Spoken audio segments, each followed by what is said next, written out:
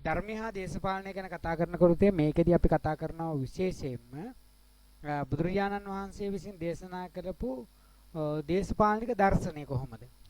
රාජ්‍ය පාලනය කරනකොට කොහොමද පාලනය කරන්නේ? ජනතාව පීඩාවටපත් නොකර රාජ්‍ය පාලනය කරන්න කොහොමද කියන එක බුදුහාමුදුරෝ දේශනා කළා. නේද? ඒ දේශනා කිරීමේදී උන්වහන්සේ යොදාගත්ත ඉගැන්වීම් රාශිය. මොකද සංයුත්ත නිකායේ තියෙනවා මරන්නෙක් මරවන්නෙක් දිනන්නෙක් දිනවන්නෙක් ශෝක කරන්නෙක් ශෝක කරවන්නෙක් නොමැතිව රාජ්‍ය විචාල හැකිද? මරන්නෙකුත් නැහැ මරවන්නෙකුත් නැහැ දිනන්නෙකුත් නැහැ දිනවන්නෙකුත් නැහැ ශෝක කරන්නෙක් නැහැ ශෝක කරවන්නෙකුත් නැහැ. මෙහෙම නැතුව රාජ්‍ය පාලනය කරන්න පුළුවන්ද කියලා ප්‍රශ්නයක් අහපු වෙලාවක බුදුහාරෝන්න කතා කරනවා. මොකද ක්‍රිස්තු පූර්ව 6 වෙනි සියවසේ ಭಾರತයේ තිබුණ ඉතා සංකීර්ණ සමාජයක්. බලය උදෙසා පියවරුන් පවා ඝාතනය කළ විසමාචාරී දේශපාලනයක් තමයි තිබුණේ. හරි? පීතෘ ඝාතනයක් අපි දැක්කා. අජාසත් රජතුමා ඝාතනය කරලා රාජ්‍යත්වයට පත් වෙනා වගේ පුතා. එයාගේ පුතාත් එයාම අජාසත් කුමාර රජතුමා මරනවා. මෙන්න මේ වගේ කාලෙක බුදුරජාණන් වහන්සේ මේ පිළිබඳව අවධානය යොමු කරලා උන්වහන්සේ කොහොමද යහපත්ව රාජ්‍ය පාලනය කරන්නේ? ඒ කියන්නේ ප්‍රජාතන්ත්‍රවාදීව කොහොමද රටක් පාලනය කරන්නේ? ඒ පාලනය කරගෙන යද්දී ජනතාවගේ කැමැත්තෙන් පත්වීම, ජනතාවට වග කියන නායකයෙක් බවට පත්වීම. එතකොට මේ රාජ්‍යත්වය කියන එක පරපුරෙන් එන දෙයක් නෙමෙයි, සුදුස්සාට හිමි යුතු දෙයක්ය. ඒ වගේම ජනතාවගේ වගේම සතා සිව්පාවගේ ආරක්ෂා රජු බවට පත් කිරීම, සමානාත්මතාවය, ආගමික අන්‍යාගමික අන්‍ය ජාතික මේ සෑම කෙනෙකුටම සමානාත්මතාවයෙන් සලකන තැනකට බුදුහාමුදුරුවෝ මේ බෞද්ධ දේශපාලන දර්ශනය එක්කාසු කළා. මෙන්න මේ වගේ එකක් ගැන බුදුහාරෝ දේශනා කරා. ඒ දේශනා කරනකොට අත්ත ධම්ම මත්ත කාල පරිස කියලා පංචවිධ පහක් කරුණු පහක් දේශනා කළා. මොනවටද මේ කරුණු පහක් දේශනා කළේ? බුදුහාරෝ කරුණු පහක් දේශනා කරනවා.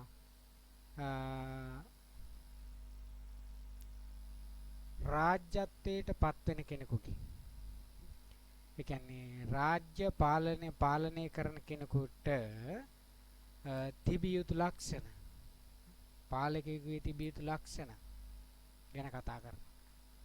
මේ ලක්ෂණ පුතේ පහක් තියෙනවා. චක්කානුවත්තන සූත්‍රයේදී කියනවා අත්ත ධම්ම මත්ත කාල පරිස කියන මෙන්න මේ ලක්ෂණ ටික තියෙන්න ඕන පාලකයෙක් සතු. මේ පාලකයා කොහොමද කටයුතු කරන්නේ? අත්ත කියන හරි වැරදි අවබෝධ කරගැනීමේ හැකියාව, විශ්ලේෂණය කරගන්න හැකියාව තියෙන හොඳ නරක. ධම්ම කියනවා ධර්මානුකූලව යුක්තිසහගතව පාලන තන්ත්‍රය මෙහෙවන්න තියෙන හැකියාව තියෙන කෙනෙක් වෙන්න ඕන. මත්ත රටේ භෞතික හා මානව සම්පත් ප්‍රමාණීය නිවැරදිව දැනගැනීමේ හැකියාව. කාල කියන්නේ කාලගුණික දේශගුණික විපර්යාසයන් හඳුනා ගැනීමේ හැකියාව. පරිස මහජන සම්බන්ධතා කියන මෙන්න මේ ලක්ෂණ ටික තියෙන්න ඕනේ කියලා කියනවා. පාලකයෙක් වුණා. පාලකයෙක් වුණාම මෙන්න මේ ලක්ෂණ තියෙනවා. හරි මෙහෙම බලන්නකෝ. මම පැහැදිලි හරි. ඊට කලින් මට කියන්න බුදුහාමුදුරෝ දේශනා කළේ බුදුහාමුදුරෝ දේශනා කරපු ධර්මය තුලදී මෙයාලා කියනවා කවුද? බටහිර උගත්තු. මොකද්ද කියන්නේ? බටහිර උගත්තු කියනවා මේ බුදුදහම කියලා කියන්නේ ආර්ථික දර්ශනය, සමාජ දර්ශනය, දේශපාලනික දර්ශයන් ගැන අවවාදය යොමු කරන්නේ නැති දහමක්. මේ දේශපාලන දර්ශනයක් ගැන කතා කරන්නේ නෑ මෙයාලා.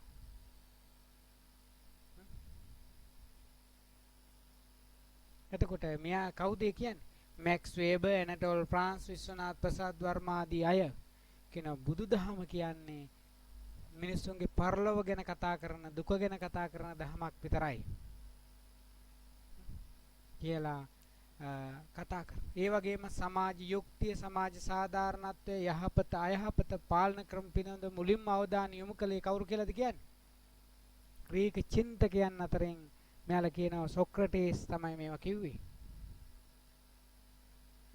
හැබැයි මේවා මේ සොක්‍රටිස්, ප්ලේටෝ මේ ආදී අය පහළ වෙන්න කලින් නැත්නම් සොක්‍රටිස්ගේ උපතට වසර 100කට පෙර බුදුහාමුදුරුවෝ මේ සමාජ ಭಾರತයේ වැඩ සිටි.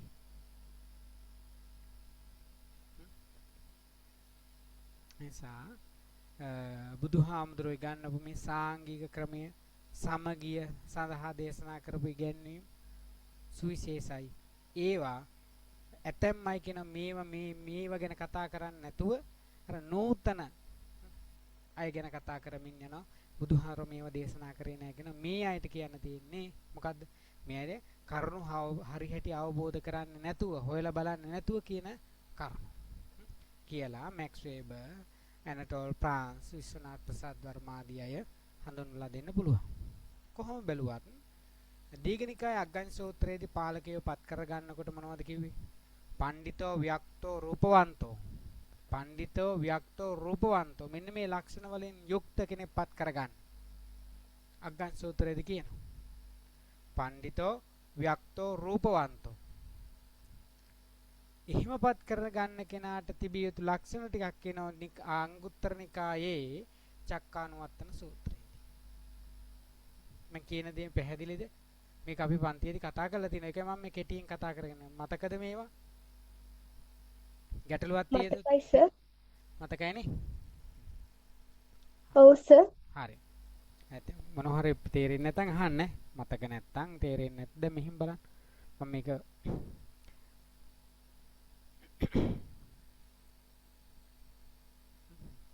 බටහිර අය කියනවා මොකද්ද?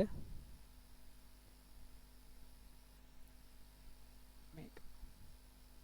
ප්ලේටෝ, සොක්‍රටිස් දේශපාලන දර්ශනයේ ආරම්භකයන් කියලා කියන්නේ. නේ? ප්ලේටෝ, සොක්‍රටිස් ආදී කියන මේ අය තමයි ආරම්භකයෝ. ප්ලේටෝ, සොක්‍රටිස් ආදී අය. බුදුදහම කියන්නේ පාරලෞකික දහමක් කියලා කියනවා. ඒ අය කවුද කියන්නේ?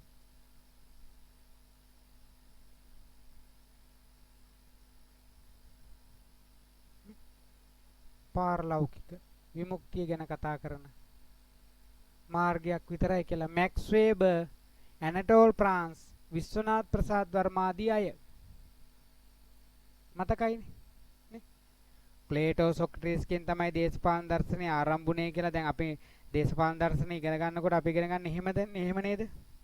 අපි අපේ තියෙනනේ පොලිටිකල් සයන්ස් කියලා. දේශපාලන දර්ශනය දේශපාලන විද්‍යාව කියලා ඉගෙන ගන්න ඕනේ උසස් පෙළට. වැඩි උගන්න.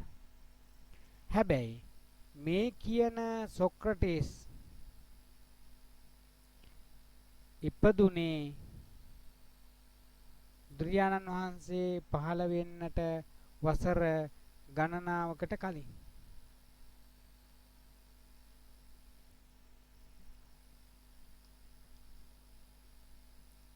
සියයකට කලින් බුදුහාඳුරෝ ලෝ පහළ වෙන්න වසර 100කට පෙර සොක්‍රටිස් පහළ වෙන්න වසර 100කට පෙර තමයි බුදුහාඳුරෝ ಭಾರತයේ වැඩ හිටියේ. උන්වහන්සේගේ දේශනා කුල සමාජ යුක්තිය, ප්‍රජාතන්ත්‍රවාදය, යහපාලනය පිළිබඳව උන්වහන්සේ දේශනා කළා තියෙනවා. ප්‍රජාතන්ත්‍රවාදය, සමාජ යුක්තිය, යහපැවැත්ම පිළිබඳව දේශනා කළා තියෙනවා. ඒක තමයි ඓතිහාසික යථාර්ථය. ඒක තමයි ඇත්ත. හරි. ඊට පස්සේ ගත්තොත් බෞද්ධ දේශපාලනික දර්ශනය තුල, චින්තනය තුල එනවා ප්‍රශ්නයක්. බුදුහාඳුරන්ට එනවා ප්‍රශ්නයක්. මරන්නෙක් මරවන්නෙක්, දිනන්නෙක් දිනවන්නේ මේකේ මෙහෙම නැතුව රාජ්‍ය විචාරන්න පුළුවන්ද? හරි. අන්න එහෙම අහපු ප්‍රශ්නෙට බුදුහාර කියන පුළුවන් කියලා තමයි ඒකට හේතුව තමයි පුතේ බුදුරජාණන් වහන්සේ කියන්නේ මේ රාජ්‍ය පිළිබඳව රාජ්‍ය පාලනය පිළිබඳව මන අවබෝධයක් තිබුණ කෙනෙක්. නේද? එහෙම අවබෝධයක් තිබුණාද නැද්ද? තිබුණා සර්. තිබුණ කෙනෙක් රට පාලනය කරපු කෙනෙක් යුවරජ කෙනෙක් නේද? හරි. එතකොට ක්‍රිස්තු පූර්ව 600 වසරේ සමාජ දේශ ගත්තාම දේශපාලන දර්ශනය දිහා බැලුවම පේන්නේ බලය උදෙසා පියවරුන් පවා ඝාතනය කරපු පීතෘඝාතක පරපුරක් නිර්මාණය වුණු එකිනෙකා ගහමරා ගත්ත මත්ස්‍ය න්‍යාය ක්‍රියාත්මක වුණ කාලයක් මේ වෙනුවට ධාර්මික රාජ්‍ය පාලනයක් ආරම්භ කරන්න බුදුහාඳුරෝ ගවේෂණය කළා. උපදෙස් දුන්නා ඊට පස්සේ.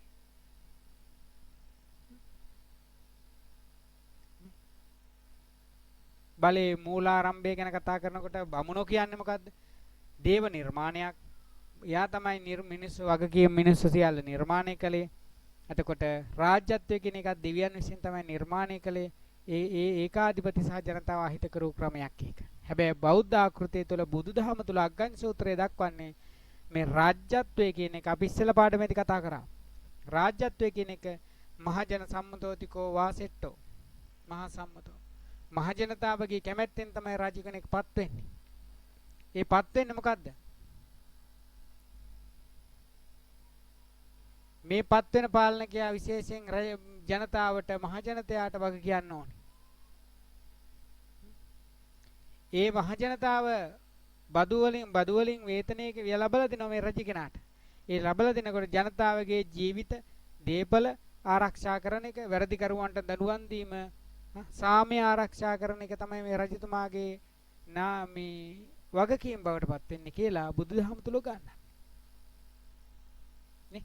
අපි ඉස්සෙල්ලා පාඩමේදී කතා කරානේ. මතකයි නේද? ඔව් සර්. මොකද්ද කිව්වේ? අපි දේවරම් මාදය මෙහෙම කතා කරානේ. මාතෘ ප්‍රභුත්වවාදය මෙහෙම හේවේ. හැබැයි බුදුදහම කතා කරනකොට බුදුදහම කතා කරන්නේ මෙන්න මේ ටික. මෙන්න මෙහෙම තමයි රජ කෙනෙක් ආරම්භ වෙන්නේ. හරි. එතකොට බෞද්ධ දේශපාලන දර්ශනයේ මූලික ලක්ෂණ ගත්තොත් ප්‍රජාතන්ත්‍රවාදී ක්‍රමවේදයක් කුසලතාවලට මූලිකත්වය ලබා දෙන සර්වය ජන ආරක්ෂාව සමානාත්මතාව කියන මෙන්න මේ ලක්ෂණ කැටි වෙලා තියෙනවා පුතේ. ජනතාවගේ කැමැත්තෙන් තමයි මෙයාපත් වෙන්නේ. මේ පත් වෙන කෙනා මොකද ජනතාවට වග කියන්න ඕනේ. ඒ වගේම පියාගෙන් පුතාට එන රාජ්‍ය ක්‍රමයක් නෙමේ සුදුස්සාට තමයි මේ රාජ්‍යත්වය හිමි වෙන්නේ. ජනතාව වගේම සතාසිව්පා වගේ ගහකොළ වලත් පරිසරයේ ආරක්ෂකයා රජතුමා.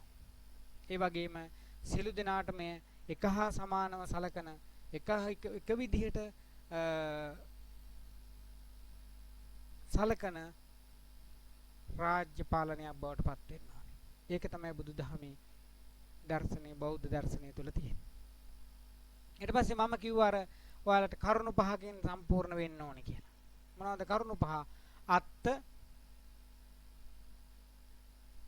කරුණු පහ මොනවද?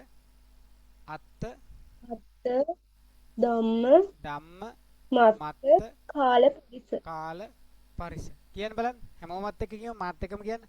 අත්ත ධම්ම මත්ත කාල පරිස. අත්ත ධම්ම මත්ත කාල පරිස. අත්ත කියලා කියනවා පුතේ හරි වැරද්දි තේරුම් ගැනීමේ හැකියාව. විශ්ලේෂණ හැකියාව. හොඳ දේ මොකද්ද නරක දේ මොකද්ද හරි වැරද්ද මොකද්ද කියලා අවබෝධ කරගන්න හැකියාව තියෙනවනේ පාලකයාට. ධර්මානුකූලව පාලන තන්ත්‍රය මෙහෙවන්න ඕනේ. යුක්ති සහගතව රාජ්‍ය මෙහෙවන්න ඕනේ කියලා කියන්නේ. ඊට පස්සේ කියනවා මත්ත රටේ තියෙන භෞතික ඒ වගේ මානව සම්පත් ප්‍රමාණය නිවැරදිව දැන ගැනීම අවබෝධයක් තියෙන්න ඕනේ. දැන් මේ කාලේ වෙනකොට ඔන්නෝක මෙන්න මේක තියෙන්න ඕනේ රාජපාලකයරනේ. දැන් අපේ රටේ භෞතික සම්පත් මොනවද? අපිට තෙල් නැද්ද? තෙල් කොච්චර තියෙනවද? අපි කොහොමද ගෙන්නා ගන්න ඕනේ? මේවා පිළිබඳ ජනතාව කොච්චර තෙල් ගහනවද? භාවිතය කොච්චරද? අපිට කොච්චර අවශ්‍ය වෙනවද දවසකට? මේ පිළිබඳ අවබෝධය පාලකයා සතු වෙන්න ඕනේ. එහෙම නැති වුණොත් මොකද වෙන්නේ? ඔන්න පරිහානියට යනවා. ප්‍රශ්න ගොඩක් ඇති වෙනවා. රටේ තියෙන භෞතික සම්පත් කළමනාකරණය කරගන්න ඒව දැනගෙන තියෙනවා. ඊට පස්සේ කාලීන තීරණ ගන්න ඕනේ. කාලගුණික දේශගුණික විපර්යාසයන් හඳුනාගෙන නිවැරදිව ඒවට තීරණ තීන්දුව ගැනීමේ හැකියාව පාලකයා සතු වෙන්න ඕනේ. අනික තමයි පාලිතයා සමග ගැටුම් ඇති නොකරගෙන ජනතාව සමග ගැටුම් ඇති කරගන්නේ නැතුව පාලකයා කටයුතු කරන්න ඕනේ. එහෙම වුණොත් ජනතාව විරුද්ධ වුණොත් පාලකයාට පැවැත්මක් නැති වෙනවා. අන්න පාලකේ චක්කානුවත්තන සූත්‍රයට අනුව කියනවා පාලකයෙකු සතු ගුණ 7-5ක් තියෙනවා. ඒ පහ තමයි මෙන්න මේවා මොනවද? අත්ත, ධම්ම, මත්ත, කාල, පරිස. අත්ත, ධම්ම, මත්ත, කාල, පරිස.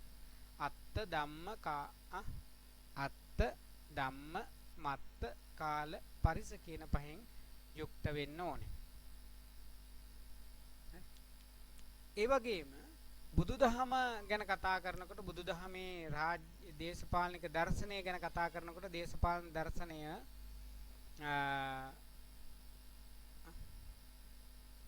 දැන් අර මම මුලින් කිව්වනේ විසමාචාරයෙන් තොරව රාජ්‍ය පාලනය කරන්න පුළුවන්ද බැයිද කියලා කල්පනා කරන වෙලාවක සක්කානුකෝ රාජ්‍යං කරේතුන් අහතං ආගතයන් අජනං අජාපයන් අසෝචයන් අසෝචාපයන් ධම්මේනාති කියලා මාර සංයුත්තේ රාජ්‍ය සූත්‍රයේ තියෙන සංයුත්ත නිකාය. එතකොට ඒ වෙදි කියනවා මෙන්න මේ වෙනුවට අග්ගන් සූත්‍රයේ චක්කවති සිහනාද සූත්‍රයේ කූටදන්ත සූත්‍රයේ ශ්‍රාජ්‍ය සූත්‍රයේ මේ ආදී සූත්‍ර ගණනාවකම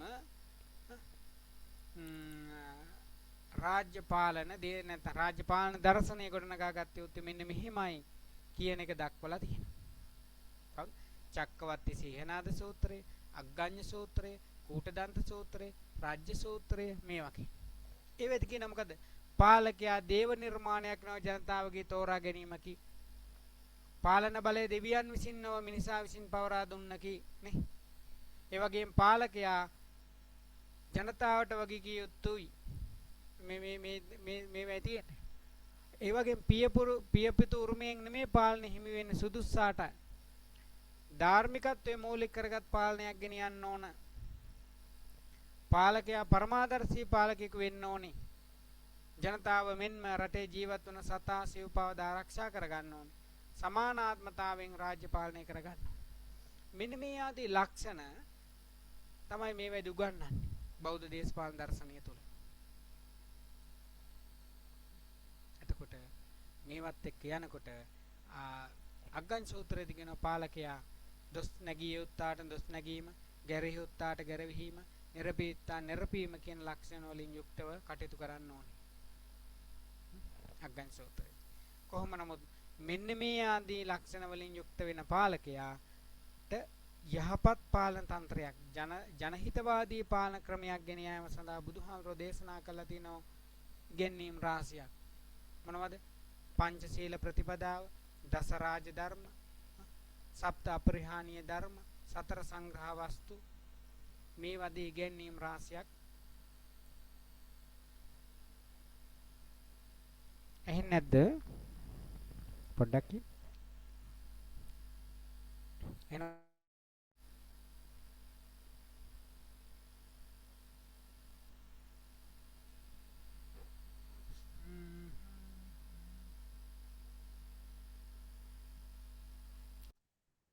දැන් ඇහෙනවද පුතේ?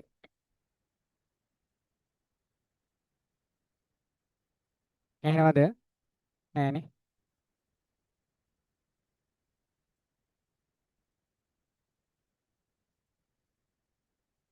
හරි. එතකොට පුතේ දැන් අපේ කිව්වේ ඒ ගැනීම තියෙන පංචශීලී නම් මේ සියලේ අතර ගත්තොත් දසරාජ ධර්ම කියලා එකක් තියෙනවා. දසරාජ ධර්ම දැන් ඒක මේ මෙතන කොටස් වලට බෙදලා තියෙන්නේ මේ තපස, සීලය, අක්‍රෝධය, අවිහිංසාව, අවිරෝධතාව, දානය. ඒ කියන්නේ මේක දෙකට බෙදලා අභ්‍යන්තර හික්මීමයි බාහිර හික්මීමයි කියලා කොටස් වලට බෙදලා තියෙන්නේ. එතකොට මේක ගත්තාම දානය, සීලය, පරිත්‍යාගය, ඍජු බව, මුදු බව, තපස, ක්‍රෝධ නොකිරීම, අවිහිංසාව, ඉවසීම. ඉවසීම අවිරෝධතාව කියලා 10ක්. දස රාජ්‍ය ධර්ම. පාලකයෙක් තුළ මෙන්න මේ ගුණාංග තියෙන්න ඕනේ. කියලා උගන්වනවා. දානය කියලා කියන රාජ්‍ය සුබ සාධනය. රජ විසින් ප්‍රජා අවශ්‍යතා සපුරා දීම තියෙනවා. ප්‍රජා අවශ්‍යතා සපුරාලීම තමයි දානය කියලා උගන්වන්නේ. මේ දානය කියන්නේ අර මොනවද මේ දන් දෙන එක නෙමෙයි. දානං සග්ගස්ස සෝපානං දැන් දානය හරි වැදගත් වෙනවා කියන එක නෙමෙයි මෙතන. මෙතන කියන්නේ ජනතා අවශ්‍යතා සපුරන එක. ජනතාවට අවශ්‍ය දේවල් සම්පූර්ණ කරලා දෙන්නේ. ඒක ගොවිතැන කරන්න වෙන්න පුළුවන්. ප්‍රාග්ධනය නැත්නම් ප්‍රාග්ධනය දෙන එක, බීජ නැත්නම් බීජ දෙන එක. මේ ආදීවා. හරි. දෙක. මම මේ පිළිවෙලට ගන්න එක දානය සීලය. ප්‍රතිපත්තිගරුක කෙනෙක් වෙන්න ඕන. පාලකයා ප්‍රතිපත්තිගරුක සදාචාර සම්පන්න ක්‍රියාවලින් යුක්ත කෙනෙක් බවට පත් වෙන්න. පාලකයා වුණාම ප්‍රතිපත්තිගරුක කෙනෙක්. නේද? සදාචාර සම්පන්න ආදර්ශමත් පුද්ගලෙක් වෙන්න. ඊට පස්සේ කියනවා පරිත්‍යාගය. දාන සීල පරිත්‍යාග. ජනතාව වෙනුවෙන් සම්පත් කැප කිරීම. පරිත්‍යාග කරන් තමන් ජනතාව වෙනුවෙන් රජගෙන රජුගේ කාලය ශ්‍රමය ධනය නැත්නම් භෞතික සම්පත් කැප කරනවා පාලකේ. අපි අය වගේ නෙමෙයි නේ. එයාලා අපි කැප කරන්නේ පැව ටික ඔක්කොම. හරි. ඊට පස්සේ කතා කරනවා ඍජු බව. ඍජු බව ගත්තාම අගතගාමී නොවි අවංක වෙන්න. මොනවෙන්ද අගතිගාමී නොවෙන්න? සතර අගති වලින් ඡන්ද, ද්වේෂ, බය, මෝහ කියන දේවල් වලින් ඈත් වෙලා ඍජු කෙලින් තීරණ ගන්න කෙනෙක් වෙන්න ඕනේ. ඊට පස්සේ කියනවා මෘදු බව. ජනතාව කෙරෙහි සංවේදී වෙන්න ඕනේ. ජනතාව කෙනෙක් සංවේදී වෙන්න ඕනේ. ඕනි දෙයක් වෙච්චාව කියලා තීන්දුව తీරන ගන්නෑ. නේද? ඊට පස්සේ කියනවා තපස. ඉන්ද්‍රිය දමනයෙන් යුක්ත කෙනෙක් වෙන්න ඕනේ. ඔහේ හිතුන දේවල් කරන් ඉන්ද්‍රිය දමනය කරගත්ත කෙනෙක්. දානය, සීලය, පරිත්‍යාගය, ඍජු බව, මුදු බව, තපස. අක්‍රෝධෝ. ඊළඟට ක්‍රෝධ නොකිරීම. අක්‍රෝධ කියන්නේ ක්‍රෝධ නොකිරීම. ප්‍රජාව කෙරෙහි තරහෙන් නැතුව, ක්‍රෝධයෙන් නැතුව මෛත්‍රී සහගතව කටයුතු කරන්න ඕන ජනතාව වෙනුවෙන්. ඊළඟට කියනවා අවිහිංසාව. හිංසා පීඩා නොකරන්න ඕනේ. ජනතාවට හිංසාවක් පීඩාවක් නොවෙන්න ඕනේ. ඉවසීම විරුද්ධ අදහස්, විරුද්ධ මතවාද තියෙනවා නම් ඒව ඉවසීමෙන් අහගෙන ඉන්න ඕනේ. ඉවසන්න ඕනේ ඒව ගැන. ඊළඟට කියනවා අවිරෝධතාව, විරුද්ධ නොවීම. අවිරෝධතාව. මෙන්න මේවෙන් යුක්ත නම් විරුද්ධ අදහස් ඉවසීම, අවිහිංසාව, අවිරෝධතාව කෙනෙක් යුක්ත නම් අන්න ඒ පාලකයාට යහපත් පාලනයක් ගෙනියන්න පුළුවන්කම ලැබෙනවා. නේද?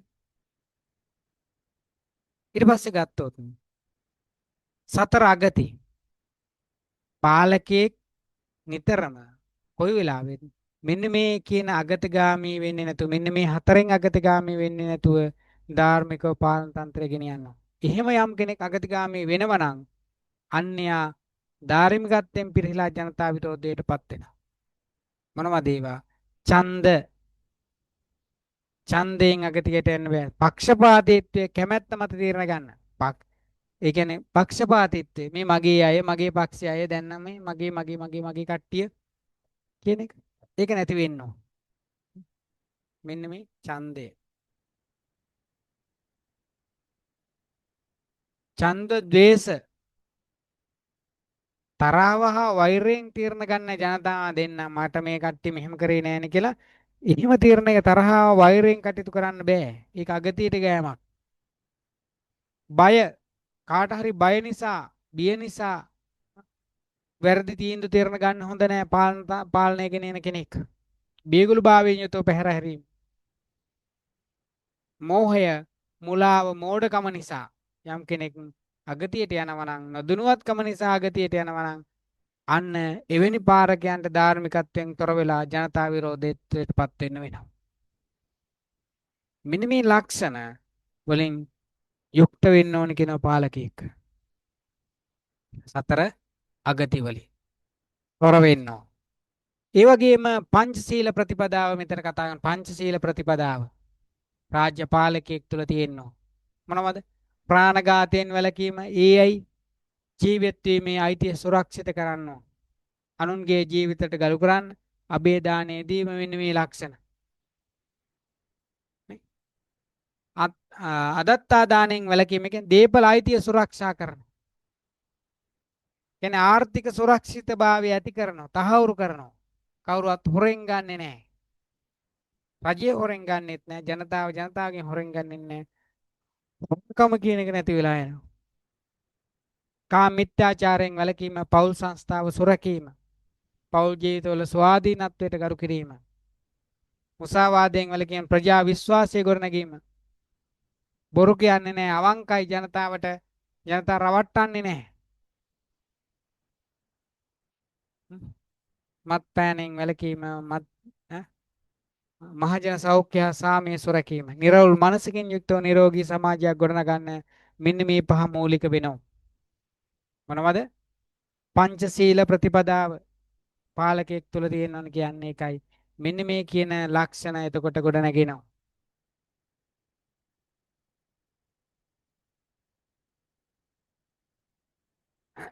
සතර සංග්‍රහ වස්තු කියලා තව එකක් තියෙනවා. පාලනය කරනකොට මෙන්න මේ සතර සංග්‍රහ වස්තු. දානය, ප්‍රිය වචනය, සමානාත්මතාවය, අර්ථචර්යාව. මොකද්ද?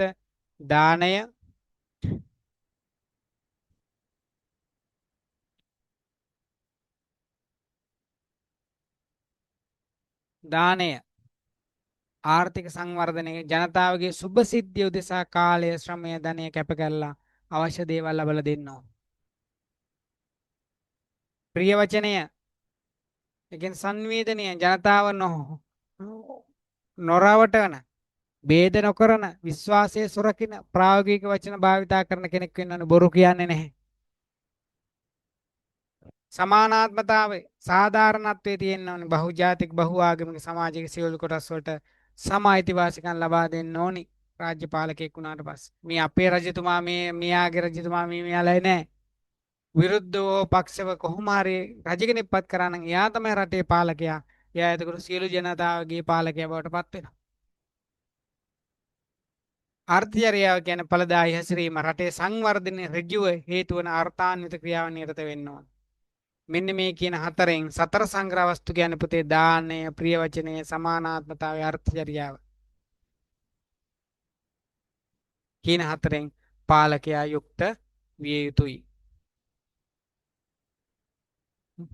දස සක්විතිවත් කියන්නේ ධර්මය.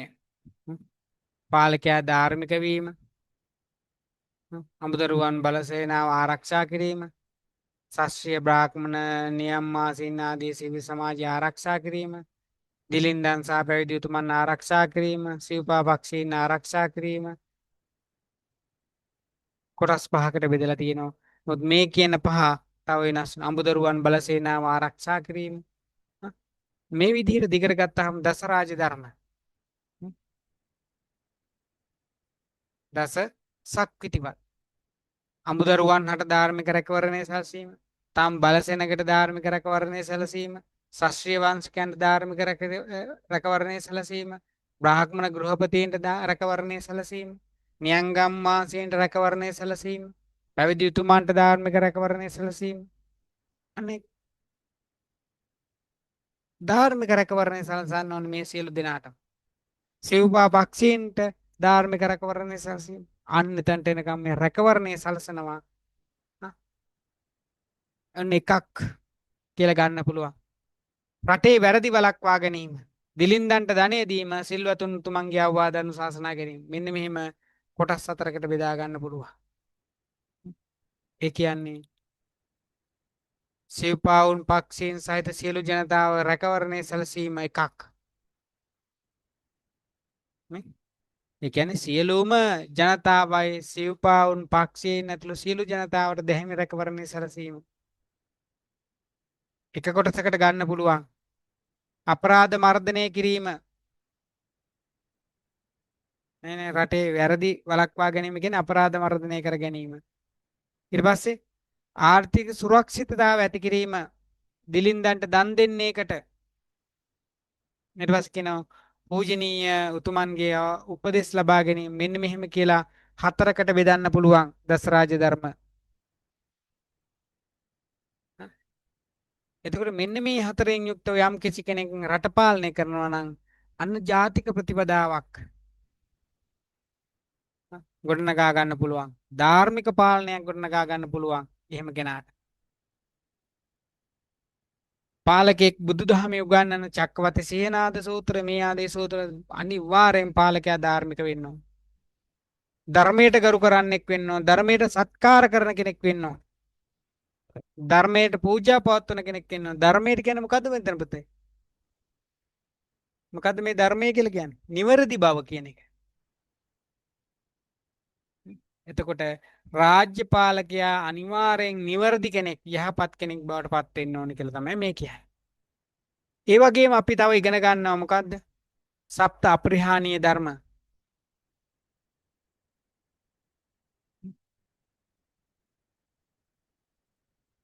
නිතර රැස්වීම, ගැටලු හඳුනා ගන්නවා, සමගිව සාකච්ඡා කොට සමගිව ඉස්සර යාම, තීරණ ගැනීම, නීති ආධිපත්‍ය සුරකන්න, අලුත් නීති නව නීති පෙර නොවූ නීති නොපෙනවීමත් පැන වූ නීති කඩ නොකිරීම, වැඩිහිටියන්ට ගරු කිරීම හා ඔවුන්ට සවන් දීම, වැඩිහිටියන්ට ගරු කිරීම හා ඔවුන්ට සවන් දීම, අත්දැකීම් ප්‍රයෝජනයට ගැනීම, ආගමික සහ උපදේශන ගෞරවය සුරකීම, පූජනීය ස්ථාන හා මේ අය සුරකීම, කාන්තාවන්ට ආරක්ෂා සැලකීම කියන 7.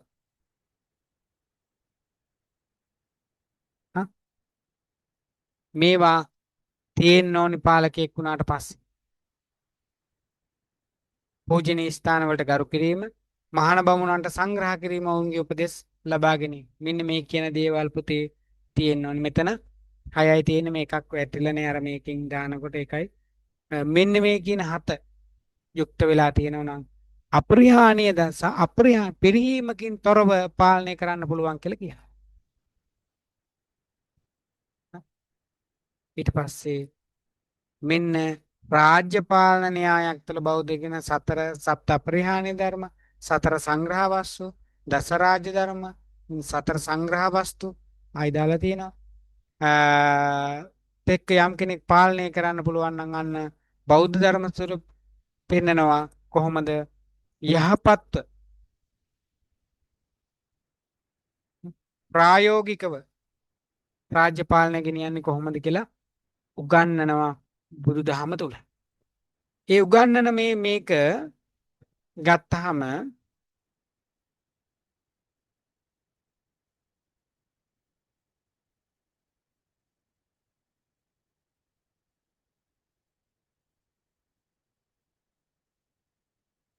දස රාජ්‍ය ධර්ම, දසක් විතර, සප්ත අපරිහාන ධර්ම, පංචශීල ප්‍රතිපද, 4 සංග්‍රහ වස්තු. ඔන්න වන්න තියෙන කිව්වේ. එතකොට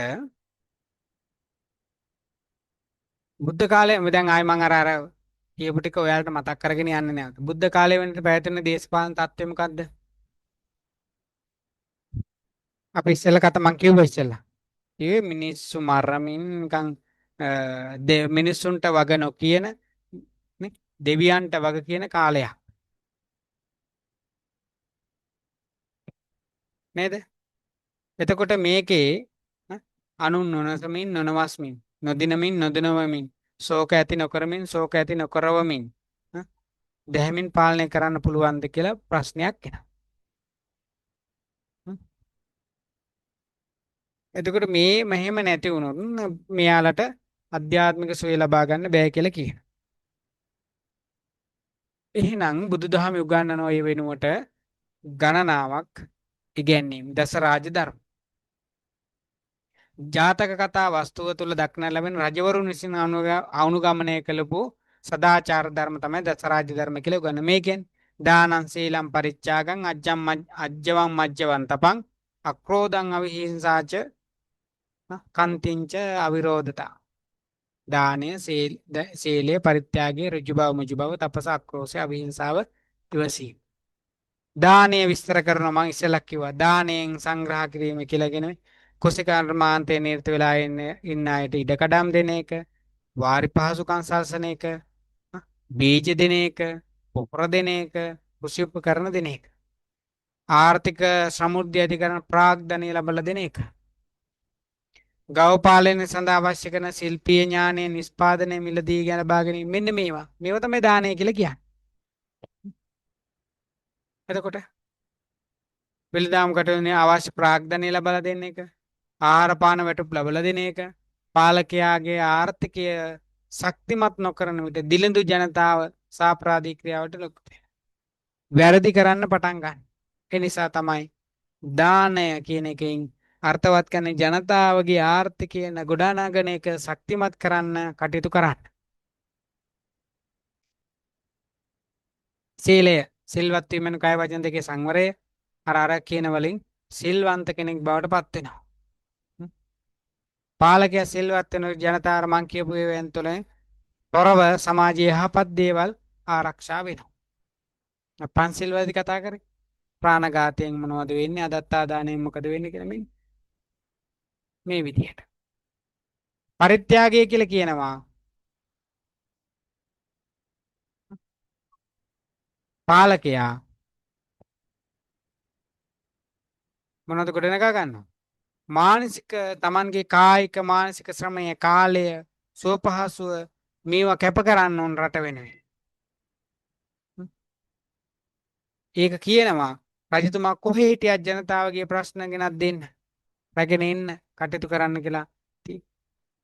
ඍජු බව ඡන්ද දේශ බය වලින් තොරව අගතිගාමී නොවී ඍජු තීරණ ගන්න කියන දේ කරන දේ කියන නායකයෙක් බවට පත් වෙන්න ඕන. මම මේ කෙටියෙන් කියාගෙන යන්නේ පිටවස් ප්‍රශ්න ටිකක් ගැන කතා කරමු. ඍජු බව ඊට පස්සේ මුදු බව පාලකයා මොලොක්කු හදවතින් තෙත් වූ ගතියෙන් යුක්තව කෙනෙක් වෙන ජනතාවට පීඩාවට පත් කරන්නේ නැති රටට විපත්ති ගෙන දෙන්නේ නැති ජනතාව මතයට ඇහුම්කන් දෙන නම්‍යශීලී කෙනෙක් බවට පත් වෙන්න ඕන. තපස පාලකයා මේ කියන්නේ භාවනා කරන්න කියලාද? නෑ. අක්‍රෝධය ක්‍රෝධ කිරීමෙන් තොර වෙන්න ඕනේ. වෛරී චේතනාවගෙන් තොර වෙන්න ඕනේ. අවිහිංසාව ජනතාව කායික හිංසනයෙන් තොරව මානසික හිංසනයෙන් තොර පීඩා ලක් නොකරන්නෙක් වෙන්න ඕනේ. ආමණ්ඩගාමිනී අබේ රජතුමා මාඝාත ආඥා පනවලා බුද්ධදාස රජතුමා මිනිසුන්ට පවණක් නොව සත්වයින්ටද ප්‍රතිකාර කිරීමට රෝහල් තැනී අහිංසාවාදී අය. ඉවසන්න ඕන. ගැටලු අභියෝග චෝදනා මේ හැම එකක් අස්සේ ඉවසීමෙන් යුක්ත පාලකයෙක් කටයුතු කරන්න. රජුට විරුද්ධ කරුවන් නැති වෙ නොවන ආකාරයෙන් අවිරෝධතා ගොඩනගෙන ආකාරයෙන් ආගමකටම ජාතියකට අයත් පිරිසක් නෙමෙයි. රටක ජීවත් වෙන එකම ආගමේ එකම ජාතියේ අය නෙමෙයි. මධ්‍යස්ථ වෙන්න ඕනේ. මධ්‍යස්ථ කෙනෙක් බවට පත් වෙලා රට පාලනය කරන්න කියලා කියනවා. ඒ තමයි දස රාජධානි. දස සක්විතිවත් ගැන කතා කරනු ඊළඟ. දස සක්විතිවත් වලත් කිව්වේ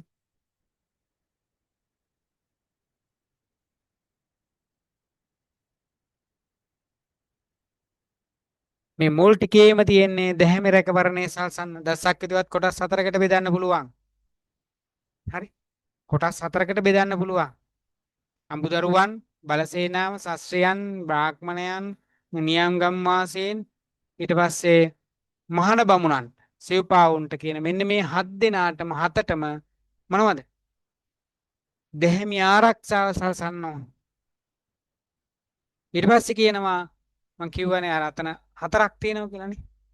හතරකට ඔයාලට බෙදලා කියන මේ උඩ ඉඳන් මෙතනට එනකන් එකක්. එකයි.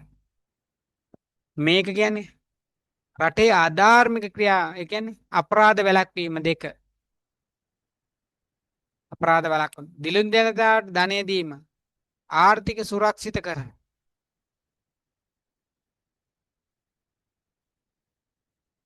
සිල්වත් මහනුවරුන්ගේ වරින් වර ගොස් හොඳ යහපත් උපදේශනය ලබා ගැනීම, උපදේශ ලබා ගැනීම රට පාලනය කිරීම.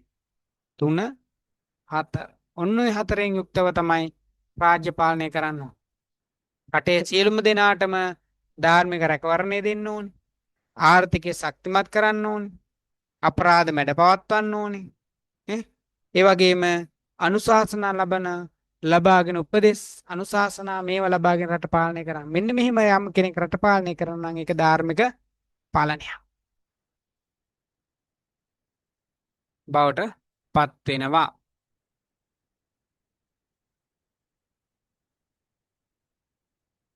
මැති සිව්පාම් පක්ෂයන්ට සියලු ජනතාව දැහැමි රැකවරණය සැලසීම, අපරාධ මර්ධනය කිරීම, ආර්ථික සුරක්ෂිතතාව ඇති කිරීම, උගත් බුද්ධිමත් විසරදයන්ගේ උපදෙස් ලබා ගැනීම. මෙන්න මේ හතරට තමයි පුතේ දසක් විදිහට ටික ඔක්කොම ගන්න පුළුවන්. හතරකට කොටස් හතරකට බෙදලා විස්තර කරන්නත් පුළුවන් විස්තර කරන වෙලාවකට. සත්‍ය අප්‍රහාණීය ධර්ම බුදුරයන් වහන්සේ ගිජ්ජකූට පර්වතේ වැඩ ඉන්නකොට තමයි මේ මග අජාසත් රජතුමා ඇවිල්ලා වජ්ජදේශයේ සමග සටන් වෙන සූදානම් වෙන වස්සකාර නම් ඇමතිය සඳහන් කරේ. එතකොට කිව්වා මෙන්න මේකෙන් හින්දා මෙයාලා පරද්දන්න බෑ. මහා පරිනිබ්බාන සූත්‍රය සඳහන් වෙනවා. මොනවද? නිතර රැස්වීම. පාලකයන් තොරව නිතර රැස් වෙන ජනතාවට පැන නගින ගැටලු විසඳා ගැනීමට හැකි වෙනවා. එකිනෙකා අතර සුහදතාවයේ මිත්‍රශීලීත්වය ඇති වෙනවා. සමගිව රැස්ව සමගිව සාකච්ඡා කොට සමගිව විසර යාම. පාලකයා තුළ සමගි සම්පන්න බව වර්ධනය වෙනවා. තීරණ ගැනීමේදී සාමූහිකත්වය ඇති වෙන සාමූහිකත්වය කොට නැගෙනවා. පෙරනෝ පැන නොපැනූ නීති නොපැනවීමත් පැනූ නීති කඩ නොකිරීමත් තුලින් රටෙහි පැවැත්ම සඳහා සකස් කරගත් විනය නීති මාලාව ආරක්ෂා වෙනවා. වැඩිහිටියන්ට ගරු බුහුමන් කිරීම හා උපදෙස් පැතීම තුළින් රටේ අභියෝදරය වෙනුවෙන් කායික මානසික ශක්තිය කැපකලා අධ්‍යක්ීම් පිරිපුන් වැඩිහිටියන්ගේ උපදෙස් ලබා ගැනීම තුළින් යහපත් පාලනයක් ගොඩනගා ගන්න පුළුවන් වෙනවා. විවාහ කාන්තාවන්ට කුල කුමරියන්ගේ ආරක්ෂා සැලසීම, අවිවාහක කාන්තාවන්ට කාන්තා හිංසනයෙන් පීඩා නොකිරීම, පූජනීය ස්ථාන වලට ගරු කිරීම හා ආරක්ෂා කිරීම, රටේ ආගමික ස්ථාන ආරක්ෂා කිරීම.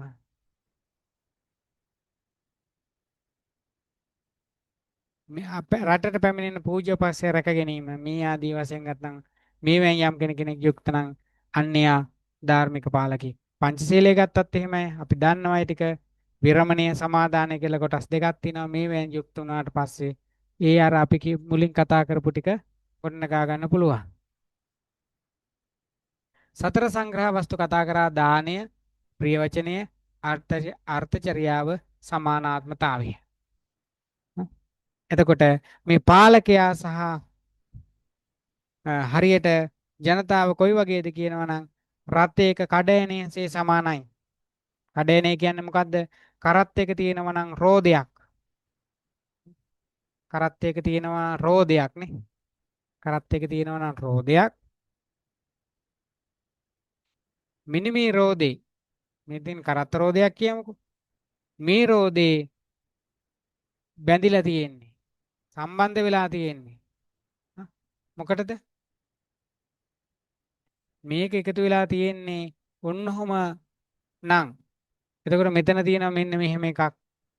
මේක ඇතුලේ හිලක් තියෙනවා. මෙතනින් මේ ඔන්නෝම එන්න ඕනේ. පේන්නේ නැනේ. දැන් මේක ලොකු ලීයක් නේ. ඔන්නෝම තියෙන කරත්තේ මේ පැත්තෙන් අනිත් රෝදේ එකතු වෙනවා. නේ? ඔන්නෝම මේකේ තියෙනවා හිලක් පොඩි මේ දෙපැත්තෙන් ඔන්නෝම. ඕක ඇතුලට ලීයක් දාන්න. කඩේනේ කියන්නේ මෙන්න මේ යන්නේට. එතකොට ගැලවෙන්නේ නැහැ. මේ රෝදේ ගැලවිලා යන්නේ නැහැ එතකොට. එතකොට ඒකෙන් තමයි බැඳිලා තියෙන රෝදේ මේ කරත්තේ. අන්න ඒ වගේ තමයි හ, පාලකයා හා පාලිතයා. දෙගොල්ලොන්ටම පැවැත්මක් නැහැ ඒක සම්බන්ධ නැත්තම්. ඒකට ඒකට එකට බැඳිලා තියෙන. ඒ බැඳිලා මේව එකතු කරන්න මේ සතර සංග්‍රහ වස්තු ආදී ගුණ ධර්ම වලින්. දානය, ප්‍රියවචනය, අර්ථචර්යාව, සමානාත්මතාවය. සතර අගති කිව්වා ඡන්ද, ද්වේෂ, බය, මෝහ. ඡන්ද, ද්වේෂ, බය, මෝහ. ඡන්දය කියන්නේ කැමැත්ත නිසා ගතියට යන්න එපා. ද්වේෂය කියන්නේ තරහව නිසා ගතියට යන්න එපා. බය කියනවා බය නිසා ගතියට යන්න එපා. මෙන්න මේවෙන් ආරක්ෂා වෙන්න ඕනේ පාලකයෙක් වුණාට පස්සේ. මේ සතර අගතියෙන් යුක්තව කෙනෙක් යුක්ත නම් එයා හරියට අවපක්ෂයේ සඳ වගේ. අවපක්ෂයේ සඳ කියන්නේ දින ටික මොකද වෙන්නේ හඳේ? අවපක්ෂයේ සඳට මොකද වෙන්නේ පුතේ? අවපක්ෂයේ සඳ දන්නවද? අවපක්ෂය පුරපක්ෂය කියලා මොකද්ද කියන්නේ? අවපක්ෂයේ සඳ. අවපක්ෂයේ සඳ සර් මේ අඩු වෙනවා ක්‍රමයෙන්. ඔව්. පුරපක්ෂේ වැඩි වෙනවා. වැඩි වෙනවනේ. අමාවක කියන්නේ කළුම කළු හඳනේ. පේන්නේ නැදාට හඳ නැහැ. ඊට පස්සේ තියෙනවා හඳ එළියයි. ඕක ටික ටික දැන් මේ පැත්තට අඩු වෙවි යනවනේ. ටික ටික ඔන්නෝම අඩු වෙනවා. ඔහොම ඩිංග අඩු වෙලා හඳ නැත්තටම නැති වෙනවා. ආයෝන්න ඊට පස්සේ පිරෙනවා. ඩිංග පිරෙනවා. ඔහොම පිරෙනවා. ඔහොම ඇවිල්ලා මෙන්න පුරපක්ෂේ. ඔහොම සම්පූර්ණ හඳ වෙනවා. මේක තමයි රවුමකට යන්නේ පුතේ. හරි. ඒක තමයි සිංහල ක්‍රමයට අර අපි කියන්නේ ඉස්සර දැන් අලුත් තියෙන එකට නෙමෙයි හඳ අපිට පොය එක දවසකට එන්නේ නැත්තේ. දැන් නත්තල් එනවා එක දවසකට 25 නම් 25ම අපේ පොය එන්නේ නැත්තේ මෙන්න මේකෙන්. මේක දවස් 24ක් 25ක් යනවා 30ක් නෙමෙයි 20 ගාණක් යන. මේ හඳ එන දවසටනේ අපි පොය කියලා ගන්න.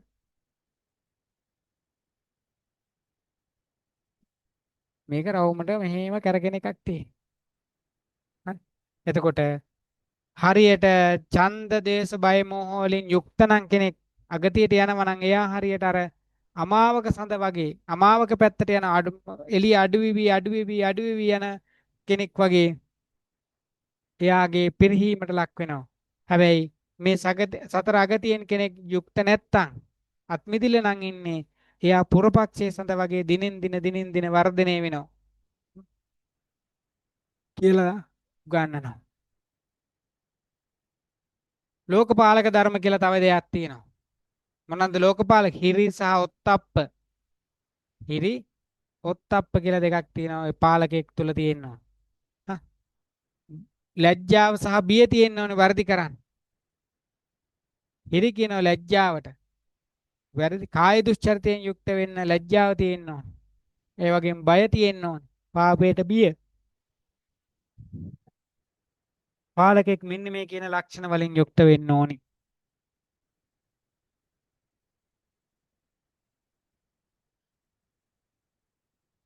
එතකොට සප්ත අප්‍රහාණය දැන දැක්වෙන හිරියොත්ප්ප දෙක ධනයක් ලෙස හලකනවා. සප්ත ආර්ය ධන විදිහටත්. පාලන එතකොට ධර්ම දෙක යුක්තව කටයුතු කිරීමෙන් රජයේ අභිවෘද්ධිය රජතුමාගේ අභිවෘද්ධිය සැලසෙනවා කියලා කියනවා. කූටදන්ත සූත්‍රයේදී තව දේශපාලන මූල ධර්ම ටිකක් කියනවා.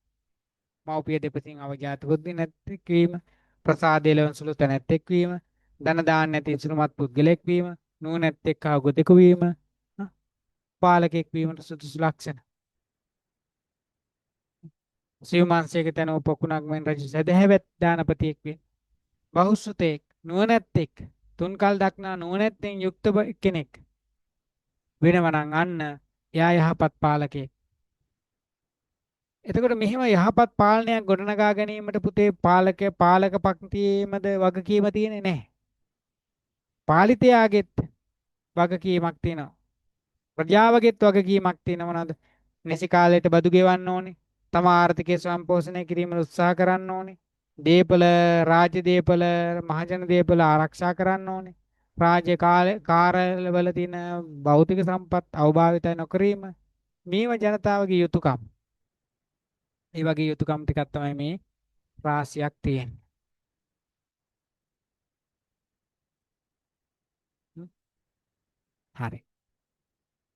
හරි. ඔන්න ඔය ටික ගත්තොහම මේ කෙටියෙන් කියවට ගොඩාක් ඔය මෙන්න මේ සරලව ගන්න මෙන්න මෙහෙම. රාජ්‍ය පාලකෙක් රාජ්‍ය පාලනය සම්බන්ධයෙන් බුදුදහමේ ඉගැන්වීම්ට එක්ක ගත්තහම කියනවා මැක්ස් වේබර් ඇනටෝල් ෆ්‍රාන්ස් විශ්වනාත් ප්‍රසාද් වර්මාදියයි කියන බුදුදහම කියන්නේ මොකද්ද?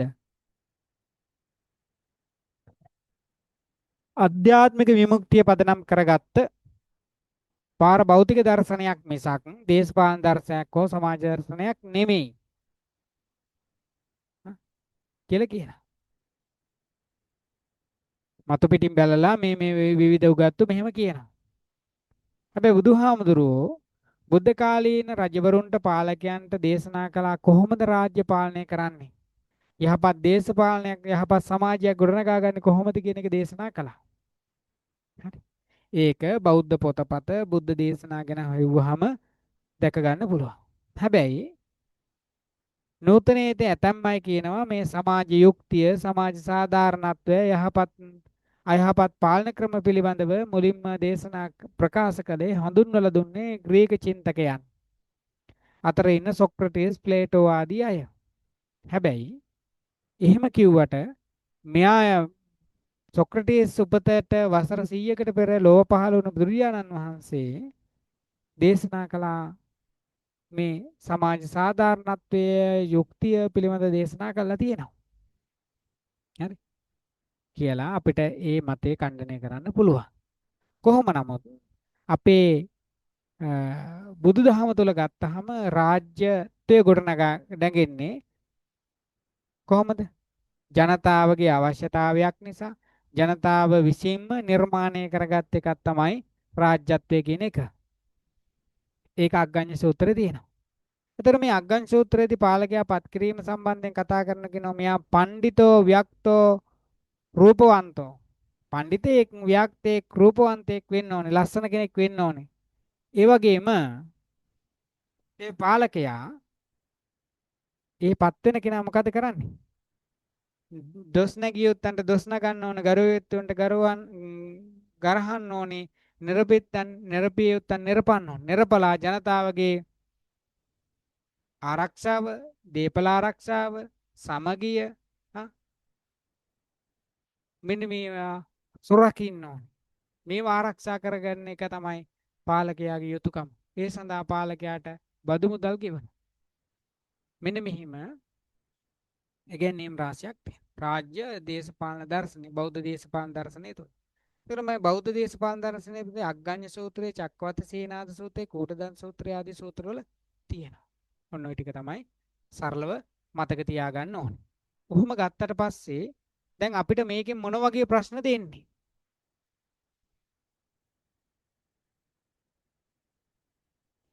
ධර්මයෙන්තර පාලකයා පාලන තන්ත්‍ර පාලිතයා පෙළීමට ලක් කරයි.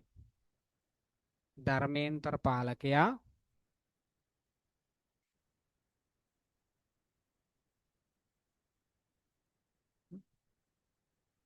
ධර්මයෙන්තර පාලකයා හා පාලන තන්ත්‍ර පාලිතයා පෙළීමට ලක් කරයි. සාකච්ඡා කරන්න මොනවද කියන්නේ?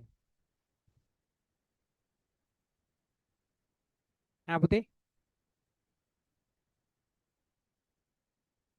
එතකොට ප්‍රවේශය ගන්න කොහොමද? රාජ්‍ය පාලනය සහ ධර්මය අතර පවතින අවිච්ඡින්න බැඳීමක්. ඒක මොකෝයි වගේද?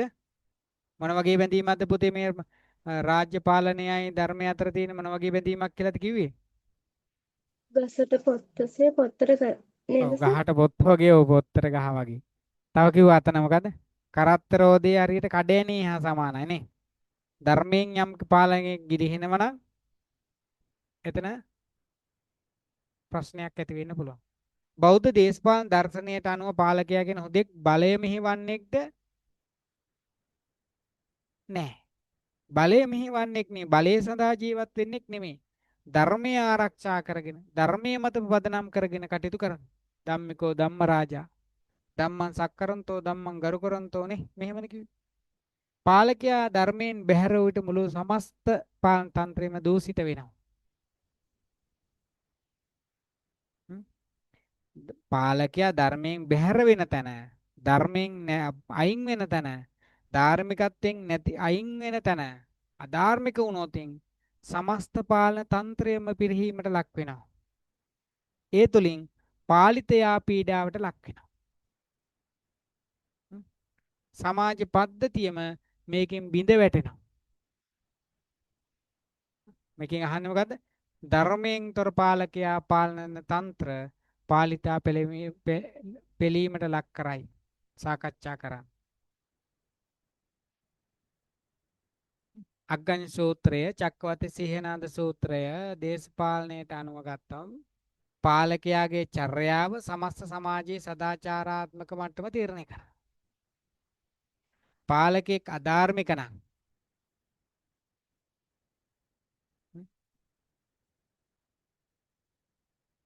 පාලකයා පෞද්ගලික ලාභය උදෙසා අගතියෙන් තොරව, ඒ කියන්නේ සකතර අගතියෙන් යුක්තව කටයුතු කරනවා. පරිපාලන ව්‍යුහයම ව්‍යාප්ත වෙනවා මේක. ඒ කියන්නේ යම් කිසි තැනක නායකයෙක් පාලකයෙක් එයා වැරදි කරනවා නම්, එයා හොරකම් කරනවා නම් සමස්ත යට යට ඉන්න අයත් හොරකම් කරනවා. මේකේ වෙන්නේ මොකද්ද?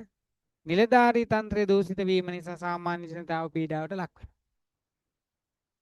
ජනතාවට ලැබෙන්න තියෙන පහසුකම් ටික ලැබෙන්නේ නැහැ. මොකද උඩින් ඉඳන් රජතුමා හොරෙක්, ඊට පස්සේ ඉන්න අයත් ඉන්න අයත් දිගටම හොරු වෙනවා.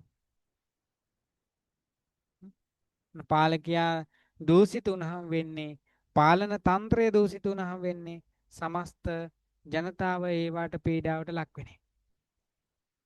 ඒ වගේම මේ තුලින් වෙනව තව ධර්මයෙන් තොර පාලකයා ප්‍රධාන ලක්ෂණය වන්නේ ධර්මයෙන් තොර වුණාට පස්සේ රාජ්‍ය සම්පත් අනිසි ලෙස පරිභෝජනය කරන්න පටන් ගන්නවා. කූටදන්ත සූත්‍රය කියනවා දඬුවම් මගින් පමණක් අපරාධ මර්ධනය කරන්න බෑ. එතකොට පාලකයා ආර්ථික සමානාත්මක ගොඩනගන්න ආර්ථික පහසුකම් ලබා දෙන්නවා. කුසි කර්මාන්තයට වෙළඳාමට රැකියාවලට පහසුකම් සලසනවා. එහෙම නැති උනේ තැන අන්න පිරිහීමට දිලිඳුකම වඩා වර්ධනය වෙනවා. මේව ඇති වෙනවා.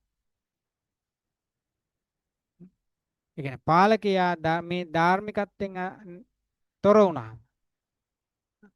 ජනතාවට අධික බදු ගහන්න ගත්තාම, රාජධානිය අවභාවිතා කරන්න ගත්තාම ජනතාව පීඩාවට ලක් වෙනවා.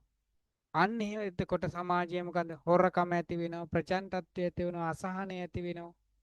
මේව ඇතිලා සමාජය පිරිහෙනවා.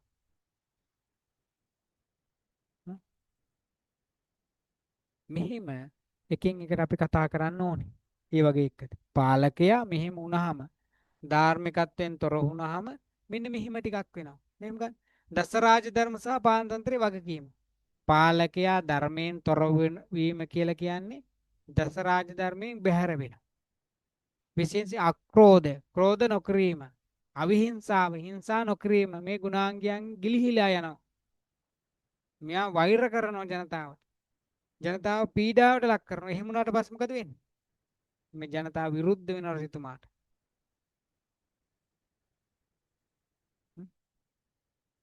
ඒ කියන්නේ මේ ජනතාව පීඩාවට කවත් කරන මොකද කරන්නේ? ප්‍රකාශ කිරීමේ අයිතිය, මූලික මානසික නිදහස මෙන්න මේව නැත්තට නැති කළා දානවා. ජනතාව බියවද්දනවා. ගැටලු ඇති කරනවා. අන්න ජනතාව රජයට විරුද්ධව කටයුතු කරනවා. මෙහෙම ගත්තට පස්සේ මොකද වෙන්නේ? පාලකයා සහ පාලන තන්ත්‍රය තුල ධර්මය නැත්තම්, ධාර්මිකත්වයේ නැත්තම්, ඒ කියන්නේ නිවැරදි බව නැත්තම් මොකද වෙන්නේ? මෙන්න මේ කියන ප්‍රතිපත්තිය, ධාර්මික ප්‍රතිපත්තිය, නිවැරදි කියන ප්‍රතිපත්තිය, හරි කියන ප්‍රතිපත්තියක් රට තුල නැත්තම් ඒකේ ප්‍රතිඵල තමයි සමාජ අරාජිකත්වය ගොඩනගෙනවා. ජනතාව පීඩාවට පත් වෙන්න මොකද කරන්නේ? පිරිහීමට ලක් වෙනවා. ජනතාව පෙලෙන්න ආ,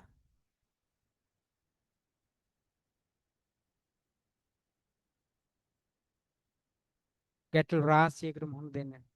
පාලකයා ධර්මයට ගරු කරන විට පමණක් පාලිතයාට බියෙන් සැකයෙන් තොරව සමාජ ජීවත් වීම අවකාශ ලැබේ. එතකොට ජනතාව ගොඩාක් බියටපත් වෙනවා. මොකද රජයෙන් පීඩාවටපත් වෙන්නේ නැහැ අපි. රජයෙන් රජතුමා විසින් අපිව ආරක්ෂා කරනවා කියලා හිතන්න පුළුවන්. එහෙම නැති වෙන තැනදී වෙන්නේ ඔන්න ඔය ටික. බලන්න මෙන්න මේක.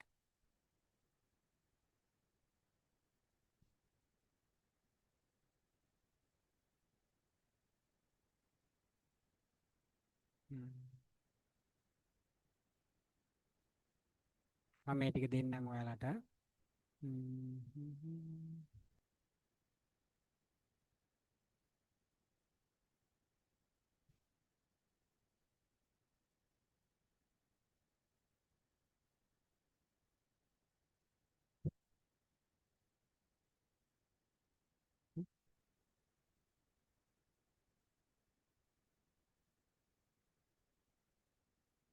මෙන්න මේ ප්‍රශ්න ටික තියෙනවා. තව ටිකක් මම එකතු කරලා තියෙනවා. ඒක වෙනම තිබුණා. ඒක මම එකක් දාලා දෙන්නම්. රාජ්‍ය සම්භය පිළිබඳ බෞද්ධ විග්‍රහය තියෙනවා. රාජ්‍යත්වයේ ප්‍රභවය පිළිබඳ බෞද්ධ මතය ගැන අපි කතා කළා. චක්‍රවර්ති සංකල්පය විශිෂ්ට පාලනතන්ත්‍රයක් බිහි කර ගැනීම සඳහා බෞද්ධ චක්‍රවර්ති සංකල්පයෙන් ලද පිටුවහල දිළිඳුකම පිට දැකීම සඳහා පාලකයන් විසින් අනුගමනය කළ යුතු ප්‍රතිපත්ති දස රාජධර්ම නම් කොට ඒවා කෙටියෙන් හඳුන්වන්න. යහපත් රාෂ්ට්‍ර පාලනය සඳහා දස රාජධර්ම උපයෝගී වන අයුරු සප්ත අපරිහාන්‍ය ධර්මයේ නම් කොට හඳුන්වන්න. ඒ වගේම ධර්මයෙන්තර පාලකයා හා පාලන තන්ත්‍රය පාලිතයා පීඩාවට ලක් කරයි සාකච්ඡා කරන්න. මෙන්න මේ ටික තියෙනවා. තව මම 10ක් වෙන්න හදලා දෙන්න. ඕකේ අර මේ දෙකටම ඉස්සෙල්ලා ප්‍රශ්නෙටයි දෙකටම යනවා. මේ ටික අපි කතා කරා ඉස්සෙල්ලා එකට. චක්‍රවර්ති සංකල්පය. බුදුරජාණන් වහන්සේ පහළ වන විට රාජ්‍ය පැවති වන මේ චක්‍රවර්ති සංකල්පය තමයි එකින් එක චක්කාණු පඨම චක්කානුවත්තන, ဒုတိ ය චක්කානුවත්තන, ධම්මරාජයන් සූත්‍රවල, දීඝනිකායේ සීහනාද, මහා සුදස්සන වැනි සූත්‍රවල තියෙනවා. මොනවද තියෙන්නේ? ධාර්මික බව, ඉවසීම, තපෝ ගුණය, අවිහිංසාව, මෘදු බව වැනි ප්‍රතිපත්ති. මේටි දසසක්විතිවත්. ඒක කොටස් 4කට බෙදෙනවා කියලා කිව්වා මම.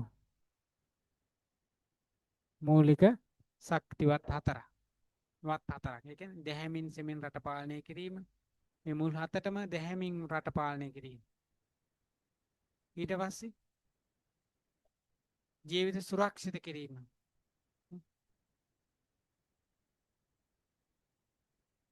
මේක. ආර්ථික සුරක්ෂිතතාව ඇති කිරීම. දිලින්දන්ට දන් දීලා කරන්න. විෂාදයන්ගේ උපදෙස් ලබා ගැනීම, වරින් වර මහානුභාවයන් උපදෙස් ලබා ගැනීම. මේ එකින් එකට විස්තර කරලා තියෙනවා. කොහොමද සප්ත රත්නයක් ඇති වෙනවා, කායික මානසික දුර්වලතා නැති වෙලා යහපත් පාලනයක් ගොඩනගා ගන්න පුළුවන්. ඕවා. ධම්මං සක්කරන්තෝ මේක මතක තියාගන්න. මේක පාඩම් කරගත්තත් කමන්නේ. ධම්මං සක්කරන්තෝ ධම්මං ගරුකරන්තෝ ධම්මං මානෙන්තෝ ධම්මං පූජ. මෙන්න පාලකෙක් ස්වාමී ධාර්මික වූ සක්විත රජ කවරෙක් රජ වෙනිද කියලා කියන අහනවා මෙහෙම. මෙන්න මේ වගේ රජ කෙනෙක්.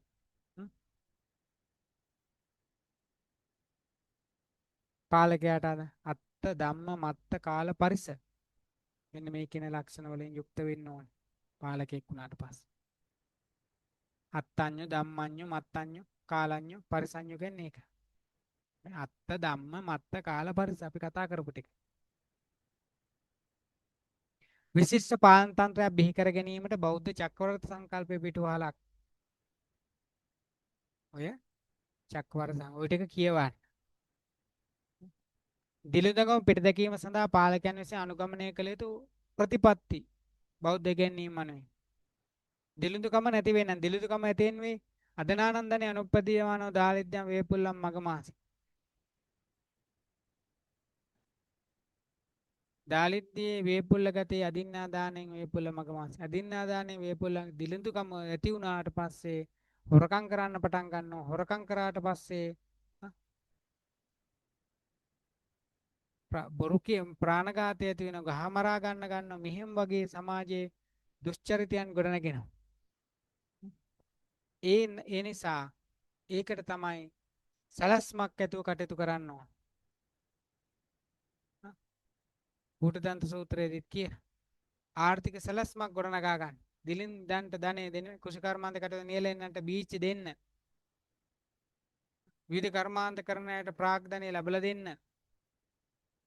රාජ්‍ය සේවකයන්ට බත් වැටුප් දෙන්න, ඒ කියන්නේ වැටුප් ගෙවන්න. ප්‍රාග්ධනය දෙන්න. කුෂිකර්මාන්තයේ කුෂි උපකරණ දෙන්න. දිලිදුකම නැති කරන්න නම්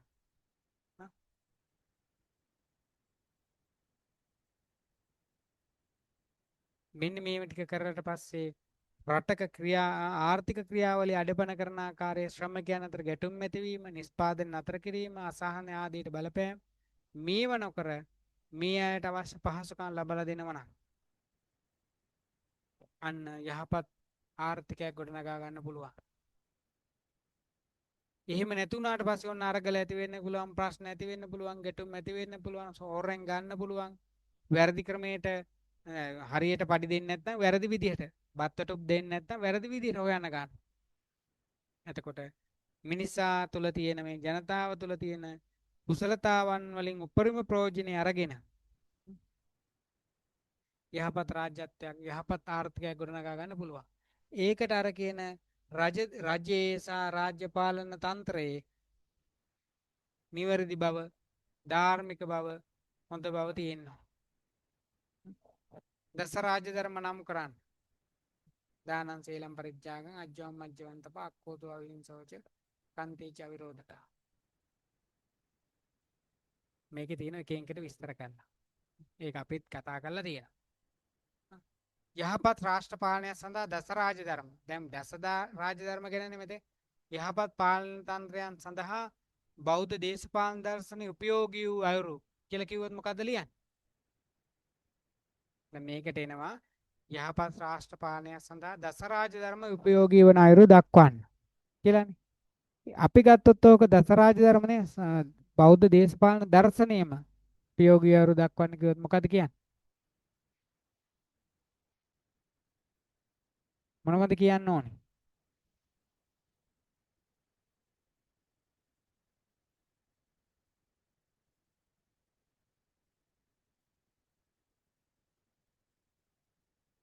ඈ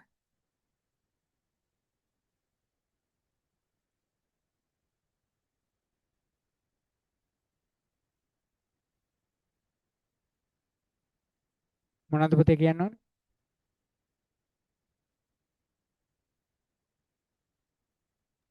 දස රාජධර්ම දස සක්විතිවත් ඒ ඔක්කොම ගැන ලියන්න ඕනේද? ඔව් එතකොට ඒ ඔක්කොම අල්ලලා පිළිතුර හදන්න ඕනේ පුතේ. ඔව්. නේද? ඒ ඔක්කොම දැන් අපි මෙතන කියන්නේ එකක් ගැන කතා කරන්නේ. එකක් නෙමෙයි ඔක්කොම ගැන පොඩ්ඩක් කතා කරන්න ඕනේ. එහෙම කතා කරොත් තමයි ඔක අපිට ගොඩ දාගන්න පුළුවන්. දැන් මේක අහන්නේ ඔක්කොගෙමනේ එතකොට. ඔක්කොගෙම අහනවනේ.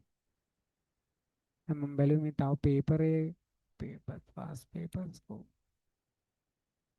පිට තව කතා කරන්න මම ප්‍රශ්න ටිකකට තවත් උත්තර ටිකක් දෙන්නම් තව පොඩ්ඩක්. හ්ම්.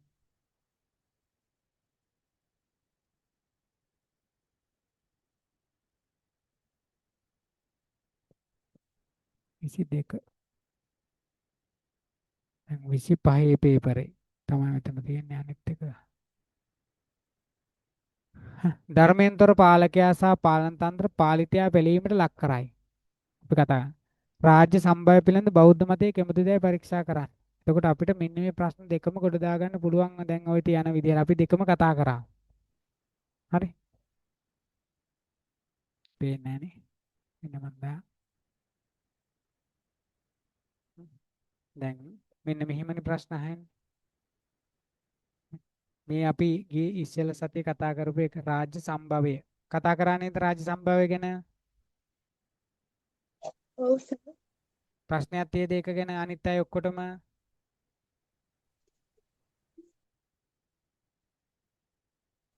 සර් ඒක තේරුණා හොඳටම. හරි. අපි මේ චමිත්‍රි එතකොට පහන්සා තරුසී මොනවා හරි ගැටලුවක් තියෙනවා නම් අහන්න. රාජ්‍ය සම්භවය කියලා කියන්නේ මොකේද මේ කමියාට පුළුවන් මේ කවුද අපි චන්දි යූමිකානේ. මොකද්ද පුතේ මේකේ තියෙන්නේ මොකේද තියෙන්නේ කියන්නේ? මේ තොරතුරු ටික මොකෙන්ද අපි ගන්නෙ? අර සර් මේ විවිධ දාර්ශනිකයෝ හැම මතවාද ඉදිරිපත් කරලා නෑ තියෙනවානේ. නෑ මෙතන අහන්නේ බෞද්ධ එක. ඒකෙම තියෙන එක තමයි බෞද්ධ ඔව් මේ. ඒකත් ඒකේ බෞද්ධ මතය ගැන විතරයි ලියන්න ඕන. ඔව් එතකොට ලියන්නේ මොකෙන්ද? අග්ගඤ්ඤ සූත්‍රේනේ. අඤ්ඤ අග්ගඤ්ඤ සූත්‍ර. සූත්‍රගත විවරණ. ඔව් අග්ගඤ්ඤ සූත්‍රයේ තියෙන්නේ. කොතනද කොහොමද පටන් ගත්තේ? බෞද්ධ මත රාජ්‍ය සම්භවයේ කොහොමද ඇති වුනේ? කියන එක අග්ගඤ්ඤ සූත්‍රයේ තියෙන කරුණු ටික තමයි කියන්න ඕන. මම අර ප්‍රසන්ටේෂන් එකකුත් දුන්නා මෙන්න මෙහෙම තමයි ආරම්භ වුනේ කියලා. එහෙමම තව මදි නම් අපි ওই ප්‍රශ්න ටික දැන් විභාගයේ තව ලඟ වෙනවා අපි ඔක්කොම ටික එකට දාලා පේපරෙන් පේපරයට කතා කරමු. ඒ කියන්නේ අග්ගඤ්ඤ සූත්‍රය මොකද්ද තියෙන්නේ? අග්ගඤ්ඤ සූත්‍රයේ තියෙනවා ආබස්තර බඹලොවින් අවිල්ලා ඔහොම වෙනවා. එතකොට මේ සමාජය ඇති වෙනවා මුලින්ම මිනිස්සු රස පොළව දිව ගන්න. රසල පොළව දිව ගෑවට පස්සේ මොකද වෙන්නේ? තෘෂ්ණාව ඇති වෙනවා. භූමි පප්පටක සොයන්ජාත හැල් භූමි පප්පටක බදාලතා වැල් සොයන්ජාත හැල් මේව ඇති වීගෙන එනවා. මේව කන්න බොන්න ගන්නවා. හැබැයි උන ටික දවසක් යනකොට වෙන පරිහරණය කරන්න පටන් ගන්නවා. කම්මැලිය ගෙනින් ගොඩවල් ගහ ගන්න. ඔන්න ඇති නැති පරතරය ඇති වෙනවා. ඇති නැති පරතරය ඇති වෙන ගම මොකද්ද? වැටවල් ගහ ගන්න. වැටවල් ගහගෙන ටිකකට තියෙනවා ටිකකට නැහැ. නැති අය මොකද තියෙන අයකින් හොරකම් කරන්න ගන්න. හොරකම් කරන්න මේක ප්‍රශ්නයක් වෙනවා. හොරකම් කරාට පස්සේ ඔන්න ඌ අල්ලගෙන ගහනවා. ගහනකොට බොරු කියනවා. බොරු කියනකොට ඔන්න ආයුධ හදනවා. මෙහෙම සමාජ පරිහානියටපත් වෙනවා. පුතේ සමාජ පරිහානිය ඇති වෙනකොට මොකද වෙන්නේ? මේ මිනිස්සු අතර හිටපු කණ්ඩායම සංගතාව වෙන අපිට පාලකයෙක් ඕනේ. නායකයෙක් ඕනේ. මෙන්න මේ කියන අපේ දේපල ආරක්ෂා කරලා දෙන්න. සමගිය සමාජයේ සමගිය ගොඩනගා ගන්න කෙනෙක් ඕනේ. ඒ නිසා සියලු දෙනාගේ සම්මතයෙන් මේ අවශ්‍යතාවය නිසා සියලු දෙනාගේ සම්මතයෙන් ඇති කරගන්න මහා සම්මත කියලා කෙනෙක්. එයා තමයි පඬිතෝ වික්තෝ කියලා අපි කතා කරේ. පඬිතෝ වික්තෝ රූපවන්තෝ. එහෙම කෙනෙක් වෙන්න ඕන. එයාගේ වගකීම තමයි මේ දේපල ආරක්ෂා කිරීම, සමගිය ආරක්ෂා කිරීම, වැරද්දට දඬුවම් ලබා දීම මෙන්න මේවා. අන්න ඔන්න රාජ්‍යත්වය ඇති වෙනවා. එයා මොකද වෙන්නේ? මෙයා තමයි එතකොට සමස්ත පෘථුවියේම අයිතිකාරයා. එයා කියන්නේ පොළොවේ අයිතිකාරයා. එයා ඒව ආරක්ෂා කරලා දෙනකොට බදු ගෙවනවා. නිසා ඔන්න චෙත්තානං අධිපති කත්තියෝ ශස්ත්‍රයන් ඇති වෙනවා. පාලකයා ඇති වෙන්නේ එතනින්. එතකොට මේ පාලකයා ජනතාවට අර තියෙන පීඩාවන් නැති කරලා දාලා ජනතාවට පීඩාවල් තියෙනව නේද? හොරකම් කරනවා, බොරු කියනවා, ගහ ගන්නවා, මරා ගන්නවා, නේ රණ්ඩු වෙනවා. ඔය තමන්ගේ දේපල ආරක්ෂා කරගන්න බෑ. මේ ප්‍රශ්න ටික ජනතාව පීඩාවටපත් වෙලා හිටියේ. මෙන්න මේ ජනතාව පීඩාවටපත් වෙලා හිටපු අය සතුටටපත් කරනවා. රංජනය කරනවා. ඒ නිසා ජනතාව සතුටු කරන නිසා රජතුමා කියලා මෙයාට කියනවා. අර මහා සම්මතට කියනවා ජනං රංජතීති රාජා. ජනතාව සතුටු කරන නිසා රජතුමා කියලා මෙයාට කියනවා. අන්න රාජ්‍යත්වයේ ආරම්භය බුදුදහමට අනුව. බෞද්ධ මතයේ මේ එතනින් ඉඳන් තමයි රාජ්‍යත්වය ආරම්භ වෙන්නේ. එතකොට ඊළඟ මේකෙදී අහන්නේ අපිට මොකද්ද? ධර්මයෙන් තොර වුණාට පස්සේ පාලකයා පාලන තන්ත්‍රය. කවුද? ධර්මයෙන් තොර වෙන්නේ කොහොමද? පාලකයා හෝ පාලන තන්ත්‍රය ධර්මයෙන් තොර වුණාට පස්සේ. ධාර්මිකත්වයෙන් නැති වුණාට පස්සේ යහපත එයාලා වැරදි කරන්න ගත්තොත් මොකද වෙන්නේ? ඒකෙන් පාලිතා පීඩාවට ලක් වෙනවා කියන එක කියලා එහෙම නැති අනිත් පැත්තත් කියන්න ඕන. සාකච්ඡා කරන්න තියෙන්නේ. දැන් මේකෙදී ධර්මයෙන්තර පාලකයා හා පාලන තන්ත්‍ර. ඔන්න එකක්. පාලිතයා පීඩාවට ලක් කරනවා. ඔන්න අපි කියන සාකච්ඡා කරන එක්කෙනෙක් කියනවා මෙන්න මෙහෙම එකක් තියෙනවා.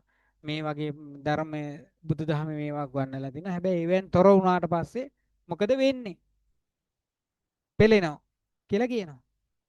එතකොට එහෙම උනේ නැත්තම් මෙන්න මෙහෙමයි. මේවා ආරක්ෂා කරනවා කියලා අපිට කියන්න පුළුවන්කම තියෙනවා. ඒක තමයි මම අර ඉස්සෙල්ලා කිව්වේ. අර මුලින්ම කතා කරේ. මම ඒකක් දෙන්න ඔයාලට. ඒකද කියන්නේ මොකක්ද?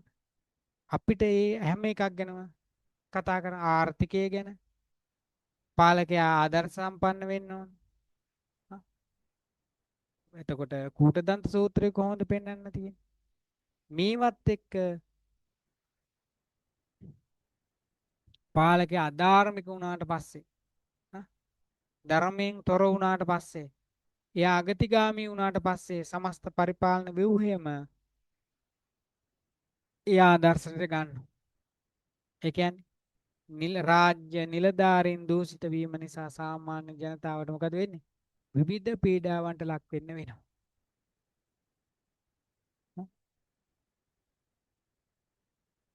ඒ වගේම ධර්මයෙන් තොරව පාලකයා රාජ්‍ය සම්පත් අනිශ්චිත පරිභෝජනය කරනවා නම්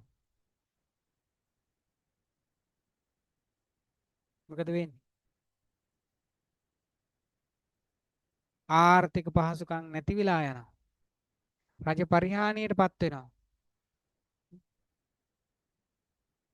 නැත්නම් පාලිතය ධර්මය අමතක කරනවා. ප්‍රචණ්ඩත්වය, සොරකම, අසහනය, මිනිමී දේවල් ගොඩනගෙන රටක් තුල.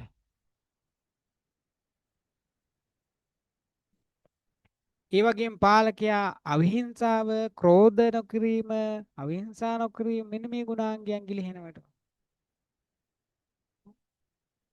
රට තුල ප්‍රශ්න ඇති වෙනවා. එතකොට මේ හැම එකකෙම පාලකයා ධර්මයෙන් ඈත් වෙනවා කියන්නේ මේ යහපත් ජනතාවගේ අර දේපල ආරක්ෂා කරන්නේ නැත්තම්, ජනතාව සමගිය රැකෙන්නේ නැත්තම්, සමානාත්මතාවය නැත්තම්, ජනතාව බදු ගෙව්වට ඒවට නිසි දෙයක් වෙන්නේ නැහැ හොරකම් කරනවා නම් අන්න මොකද වෙන්නේ? ඒවෙන් අවසානයේ පීඩාවට ලක් වෙන්නේ පාලකයා නෙමෙයි පාලිතයා. එහෙම වුණාට පස්සේ ධර්මයට අවනත වෙන්න ඕනේ පාලකී. ධර්මයට ගරු කරන්න ඕන. හා? එතකොට එහෙම වුණාට පස්සේ යහපත් සමාජයක් ගොඩනගා ගන්න පුළුවන්. යම් යම් රටක යම් පාලකයෙක් ධර්මයෙන් තොර වෙනව නම් නිවර්දි බවෙන් තොර වෙනව නම් අන්න එතන පරිහානියට ලක් වෙනවා. පාලකයා පරිහානියට ලක් වෙනවා විතරක් නෙමෙයි ජනතාවත් පරිහානියට ලක් වෙනවා කියලා කියනවා.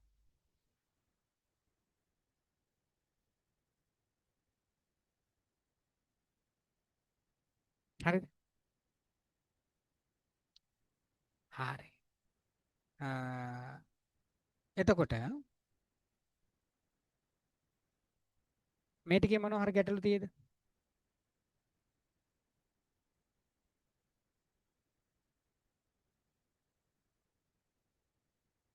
මොකද්ද තව?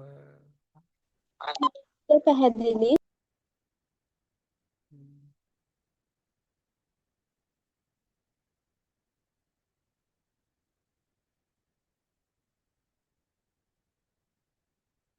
පේපර් එකක් බැලුවේ මං ඉන්න ඔයාලටද තව එකක් මේ පරණ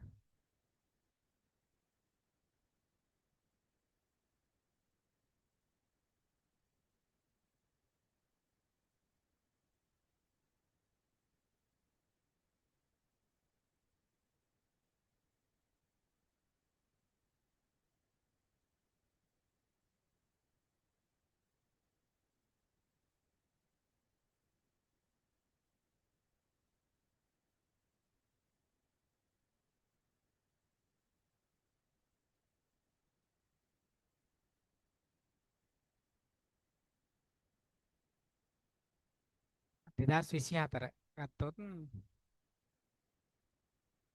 ඒක ඇවිල්ලා තියෙන්නේ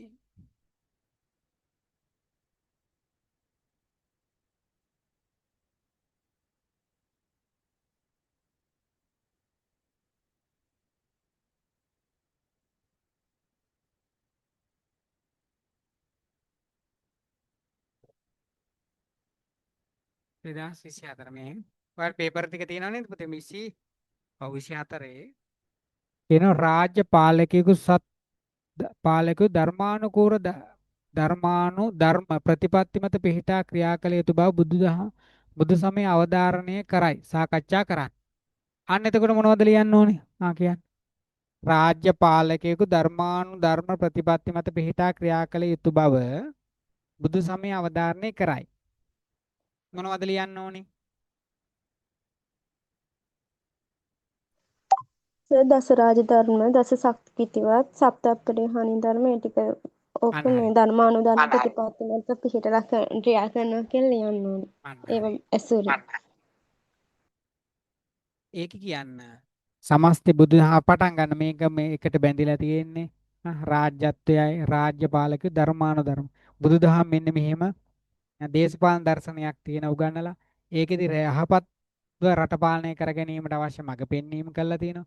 ඒ සඳහා තමයි බුදුදහම මෙන්න මේ කියන ඒවා දසක් විදිහට දස රාජ ධර්ම පුළුවන් ටික ඔක්කොම ලියන්න. ලෝකපාලක ධර්ම, පංචශීලය මේවා ලිස්ට් එක ලියලා ඒක විස්තර කරන්න. එහෙම කරාට පස්සේ ලැබෙන ප්‍රතිඵල කොහොමද කියලා තියෙනවා.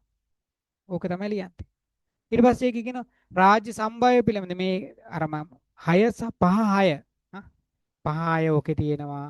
එතකොට ඊළඟ එකේ තියෙන්නේ මොකද්ද? ඒකද 6 7. ඒ කියන්නේ මේ 25 25ත් ඇවිල්ලා තියෙන එහා සමානයි මේ. පේනවනේ? 25 මේක මොකක්ද? මම හිතන්නේ පේන්නේ නැද්ද? ඒක වෙන මොන වලද? මේ කියන්නේ 25 හරි 25 ඇවිල්ලා තියෙන්නේ පුතේ එක හා සමානව තමයි මේක ඇවිල්ලා තියෙන්නේ. මේ බලන්න. ওই දෙක ගොඩක් දුරට ඇවිල්ලා තියෙනවා මේ. රාජ්‍ය සම්භාවය පිළිබඳ පවතින විවිධ මතවාද. අරකේ අහලා තියෙන්නේ මොකද්ද? රාජ්‍ය සම්භාවය පිළිබඳ බෞද්ධ මතය. නේද? ඔව් සර්. ඔව්. මේකේ අහන්නේ පුතේ රාජ්‍ය සම්භාවය පිළිබඳ පවතින විවිධ මතවාද. විවිධ මතවාද කියන්නේ දේවරම් වාදය, කුල දෙටු වාදය, මාතෘ ප්‍රභූත්ව වාදය, පරිණාම වාදය, බෞද්ධ මතය මේ කියන ඔක්කොම ඒ ටික ඔක්කොම ඔය අහන්නේ. මතකයිද? ඔව් සර්. අපි ගියේ ඊට ඉස්සෙල්ලා සතියේ කතා කරා. නේද? ඒක ගැන කියන්න ඕනේ. නේද? ඔක්කොම ගැන මෙන්න මේව තමයි විවිධ රාජ්‍ය සම්භාවය වල විවිධ තැන්වල විවිධ ආගම්වල විවිධ මතවාද තියෙනවා. ඊළඟ එක තමයි අහන්නේ රාජ්‍ය පාලක ධර්මානුධර්ම ප්‍රතිපත්ති මත පිහිටා ක්‍රියා කළ යුතු බව බුදුදහම අවධාරණය කරයි. අන්න මම ඔය ඕකටයි මේ ප්‍රශ්න ටිකට ඔය දෙකටම හදලා තව අර ටිකත් බලා ගන්න. ඒ ටිකත් බලාගෙන ඒව කියව ගන්න පුතේ. ඒව කියව ගත්තම මොකද්ද? ඔයාට ලේසි උත්තර වලට ඒවැය තියෙන කරුණු ටික ගන්න. ඊළඟට ප්‍රජාතන්ත්‍රවාදී පාන්තන්ත්‍රයකට අදාළ කරගත ගැනීම බුදු සමය අන්තර්ගත ප්‍රජාතන්ත්‍රවාදය ගැන තියෙනවා. බලමු ඊළඟ එකෙත් ප්‍රජාතන්ත්‍රවාදය ගැන ඇවිල්ලා තියෙන්නේ කොහොමද කියලා. ඒකේ අහනවා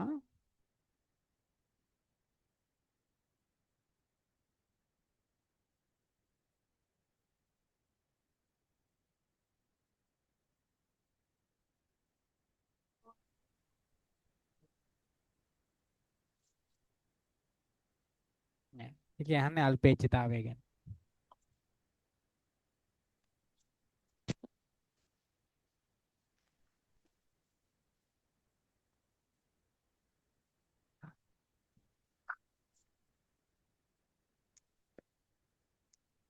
හරි.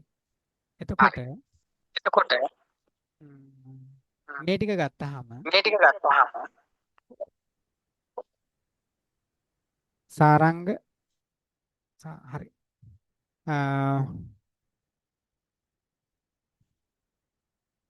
ගියාද මෙයා? හරි. මම මේ ටික දාන්නම් ඔයාලට. ඉස්සෙල්ලා පුතේ බලා ගන්න මෙන්න මේ ටික මොනවද මේ තියෙන්නේ?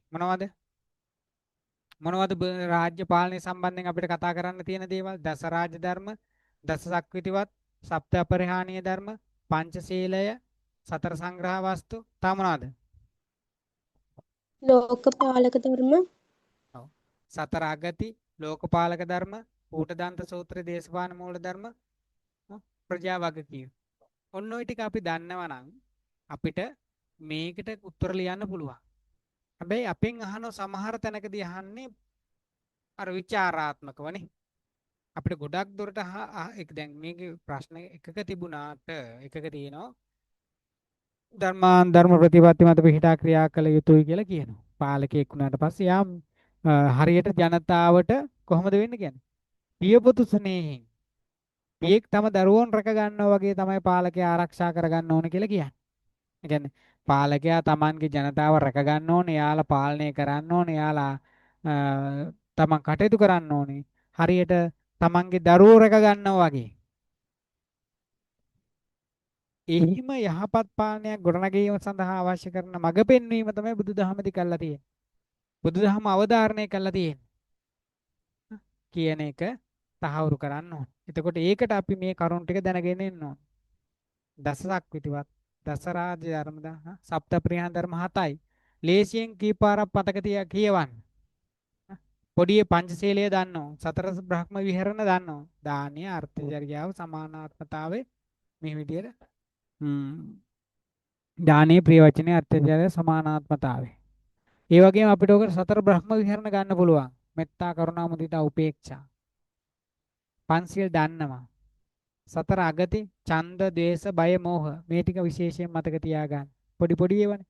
ලෝකපාලක ධර්ම ලැජ්ජාව සහ බිය.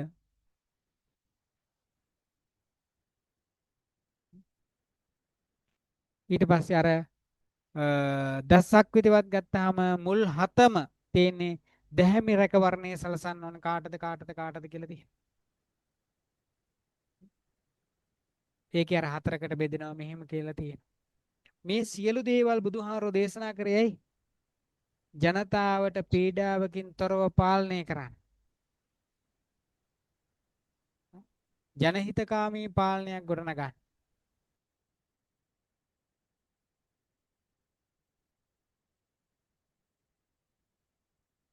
හරිද?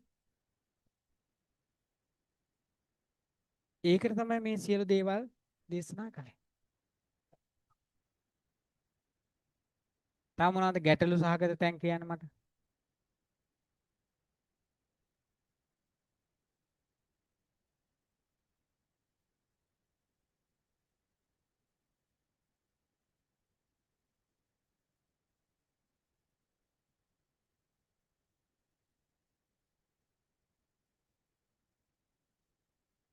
යහපත් රාෂ්ට්‍ර පාලනය සඳහා දසරාජ ධර්ම උපයෝගී වන අයුරු කියලා තියෙන එකේ තියෙනවා ගොඩක් නේ මේවා කියවලා තියන්න පුතේ මොකද මේකේ තියෙන කරුණු ඔයාලට ඕනිම එකට ගන්න පුළුවන්. එතකොට මේවා දැන් අපි එකපාරක් කියවලා තිබුණාට පස්සේ ලේසි මතකයි මා මෙන්න මේවා තමයි ලියන්න ඕනේ මේකෙද කියලා එන්නේ. එතකොට මේ කියන මේ දසරාජ ධර්ම අතර මුලින්ම සඳහන් වත්තේ දානීය නැමැති ප්‍රතිපත්තිය යටතේ පාලකයන් Tamanගේ පාලන ක්‍රමයේ අදාළ පමණින් රටේ ජනතාව ආහාරයෙන් ස්වයං පෝෂණය කිරීම සඳහා අවශ්‍ය කටයුතු කිරීමත්. ඇඳුම් පැළඳුම් පහසු මිලට ගැනීමට අවස්ථා සලසා දීම, ඒවායේ නිෂ්පාදන වැඩි කිරීම. මෙන්න මෙහිම ලියලා තියෙනවා. එතකොට ඒ කරුණු ටික ගත්තාම ඔයාට ඕනෙම එකට එකතු කරගන්න පුළුවන්.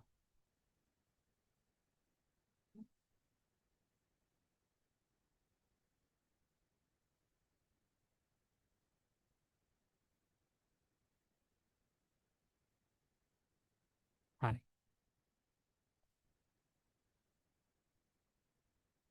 මට කියන්න දැන් ඔයාලට පැහැදිලි නැති තැනක් මොනවද තියෙන්නේ කියලා.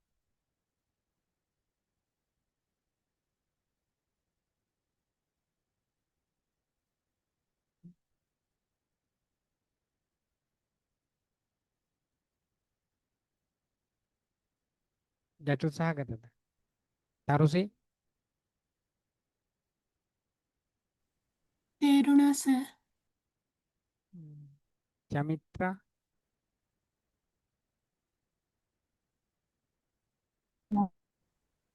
අවුල නැද්ද? තේරුම් නැත්තම් කියන්නේ. තේරුණා. හරි. මම මේ ටික දෙන්නම් ඔයාලට බලා ගන්න. එතකොට හොඳට මතක තියාගන්න අර පාලන රාජ්‍ය පාලන දේශපාලන දර්ශනීය උගන්වන උගන්වීම් ටිකයි. එතකොට ඕක අපිට ඇහුවොත් අර විදිහට ඔය කියන දැන් මේ ප්‍රශ්නවල අහලා තිබුණෝ යහ කොහොමද ගොඩනගා ගන්න කියන එක. ප්‍රජාතන්ත්‍රී පාලන තන්ත්‍රය අදාළ කරගත හැකි නෙමෙයි. ධර්මාන ප්‍රතිපatti මත පිරිහිටා ක්‍රියා කළ යුතුයි. අනිත් එකේදී අහනවා ධර්මෙන්තර පාලකයා පාලන තන්ත්‍ර ගොඩනගී. පාලිතයා පෙළීමට ලක් කරයි. නැත්නම් ධාර්මික පාලකයා නිසා පාලකයා යහපත් සමාජයක් ගොඩනගා ගනී. පාලිතයා සුඛිත මුදිත කරයි. රංජතීති රාජා ජනතාව යහපත් පාලන තන්ත්‍රය ජනතාව සතුටටපත් කරයි. අන්න කියන්න ඕනේ මේ ගැනීම ටික කියලා මෙහිම පාලනය කරාට පස්සේ ජනතාව පීඩාවෙන් තොරයි. ජනතාවට අවශ්‍ය බත්වැටුප් ලැබෙනවා. ජනතාවට අවශ්‍ය බීජික ලැබලා දෙනවා. එයාලට සතර අගතියෙන්තරව කටයුතු කරනවා. එයාට සමානාත්මතාවය ඇති වෙනවා. එයාලා පීඩාවට ලක් වෙන්නේ නැහැ. හැමෝටම එක හා සමානව රජයෙන් සලකනවා. එයාලගේ ආර්ථිකය ස්වයංපෝෂිත වෙනවා. ඒ ස්වයංපෝෂිත වුණාට පස්සේ එයාලා කාගේවත් හොරෙන් ගන්න, හොරමැරකම් කරන්න, වංචාව දූෂණ ඇති වෙන්න, සමාජයේ පරිහානියට ලක් වෙන දේවල් ඇති වෙන්නේ නැහැ. හොරකම් කරන්නේ, මංකොල්ල කන්නේ, සමාජයේ වැරදි ක්‍රියා ගොඩනගන්නේ මොකක් නිසාද? ජනතාව දුප්පත් වෙන නිසා. දාලිද්‍යම් බික්කේ දුක්ඛං ලෝකස්මින් ගිහිනා කාම්බව. දිලිඳු වෙන්න ජනතාව පීඩාවට ලක් වෙනවා. දිලිඳු වෙනකොට මොකද කරන්නේ? හොරකම් කරන්න ගන්න. තියෙන අයගෙන් හොරකම් ගන්න. නැති වුණාමනේ කරන්නේ. අපි ඔයාට මට අපිට කන්න දෙයක් නැහැ, බොන්න දෙයක් නැහැ. හොඳටම අසරණ වෙලා ඉන්නවනම් දිලිඳු වින අපි හොරෙන් ගන්න. ඒක වතුර ටිකක් වෙන්න පුළුවන්, පොල් ගෙඩියක් වෙන්න පුළුවන්, කොස් ගෙඩියක් වෙන්න පුළුවන්, මොනවා හරි කන්න දෙයක් වෙන්න පුළුවන්. ඒ හොරකම් කමක දැකලා ඕන කෙනෙක් මෙයාලගෙන හොරා කියනවා. ගහන්න බනින්න ගන්නවා. ඒක අහන්න නැතිකොට මෙයා මං හොරකම් කරේ නෑ කියලා කියන්න ගන්නවා. බොරු කියන්න ගන්නවා. ඔහොම තමයි සමාජ පීඩාවට ලක් වෙන්නේ. පරිහානියට ලක් වෙන්නේ. මේ මුකුත් නෑ යහපත්ව නිවැරදිව ධාර්මිකව රට පාලනය කරනවා නම් අන්නර කියන තත්ත්වයන් නැති වෙන්නේ කෙනෙක් ඇතිනේ අඩුපාඩු ඇති වෙන්නේ හැමෝටම සමානාත්මතාවයෙන් සලකන්න. හැමෝම තමන්ගේ දරුවෝ වගේ රැක ගන්න. අන්න එහෙම වෙනකොට යහපත් සමාජයක් ගොඩනැගෙනවා. යහපත් රාජ්‍යයක් ගොඩනැගෙනවා. පාලකයා ජනතාව සතුටු කරන කෙනෙක් බවට පත් වෙනවා. කියන එක තමයි අපි විස්තර කරගන්න ඕනේ. හරිද? එහෙම වුණාට පස්සේ අර කියන පීඩාවක් නැති වෙන්නේ නැතුව රට පාලනය කරන්න පුළුවන්. හරි. ඔන්න උතන්ට වෙනකන් කතා කරා ওই ටිකේ මම ඔයාලට ඔය අර අවසානයේ කතා කරපු ප්‍රශ්න දෙකටත් එක්ක පිළිතුරක් දාන්නම්. ඒ කියන්නේ පිළිතුර කියන්නේ පුතේ මේකම ලියන්න නෙමෙයි. මේක දාන්නේ කෙටියෙන් ඔයාලට සරලව මෙන්න මේ ටික ફોකස් කරා කියලා ඒක බලාගෙන ලියන්න. ප්‍රශ්න දෙක තුනකට උත්තර ලියලා එවන්න මම බලලා එවන්නම් ඔයාලට. අඩුපාඩු තියෙනවා නම් කියලා. එතකොට අර ටිකත් කියවන්න. කියවලා බලලා පුළුවන් නම් මේ ඔය පේපර් දෙකේ තියෙන ප්‍රශ්න ටිකට ලියලා එවන්න. මොකද්ද? එකක් තමයි රාජ්‍ය පාලක ධර්මානුධර්ම ප්‍රතිපatti මත පිහිටා ක්‍රියා කළ යුතුයි බුද්ධහම අවධාරණය කරනවා. එහෙම නැති වුණ තැන තමයි රාජ්‍යත්වයේ පිරිහීමට ලක් වෙන්නේ කියලා කියනවා. එහෙම නැත්නම් අනිත් එකේදී කියනවා අරක ධර්මෙන්තර පාලකයා හා පාලන තන්ත්‍ර පාලිතයා පෙළීමට ලක් කරයි. පාලකයා සහ පාලිතයා කියන දෙදෙනාගේ ගැන මෙතන ලියන්න තියෙන්නේ. හරි. ඔන්න ඔක දෙක උත්තර ලියලා මටත් එවන්න. මම මේ ටික දෙන්නම් ඔයාලා බලාගෙන උත්තර ලියලා කියන ෆොටෝ එකක් ගහලා එවන්න. ෂෝට් නෝට් එක හදාගන්න පොයින්ට් ෆෝම් හරි කමන්නේ ලියලා එවන්න. හරිද? හරි. එහෙනම් මෙතනින් නතර කරන මොනවා හරි ගැටලුවක් තියෙනවා නම් අහන්න පුතේ. ඉස්සෙල්ලා පාඩමේ ඉනුයි මේකිනුයි දෙකෙන් මේ දෙකම එකට යන ටිකන්නේ.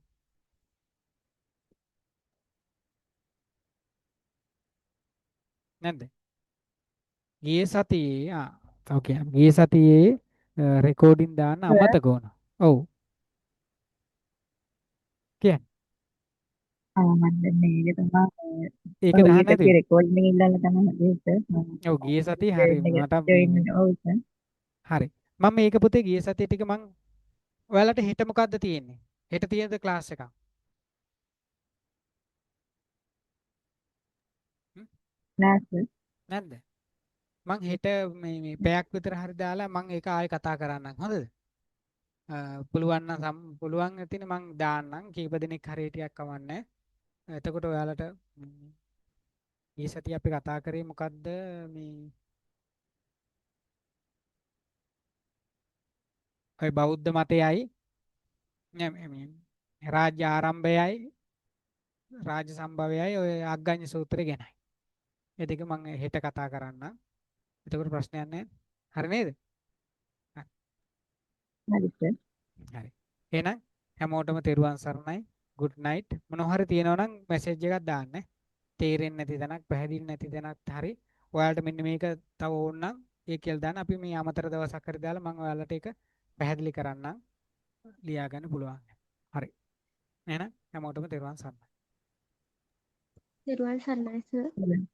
සර් තෙරුවන් සරණයි. තෙරුවන් සරණයි.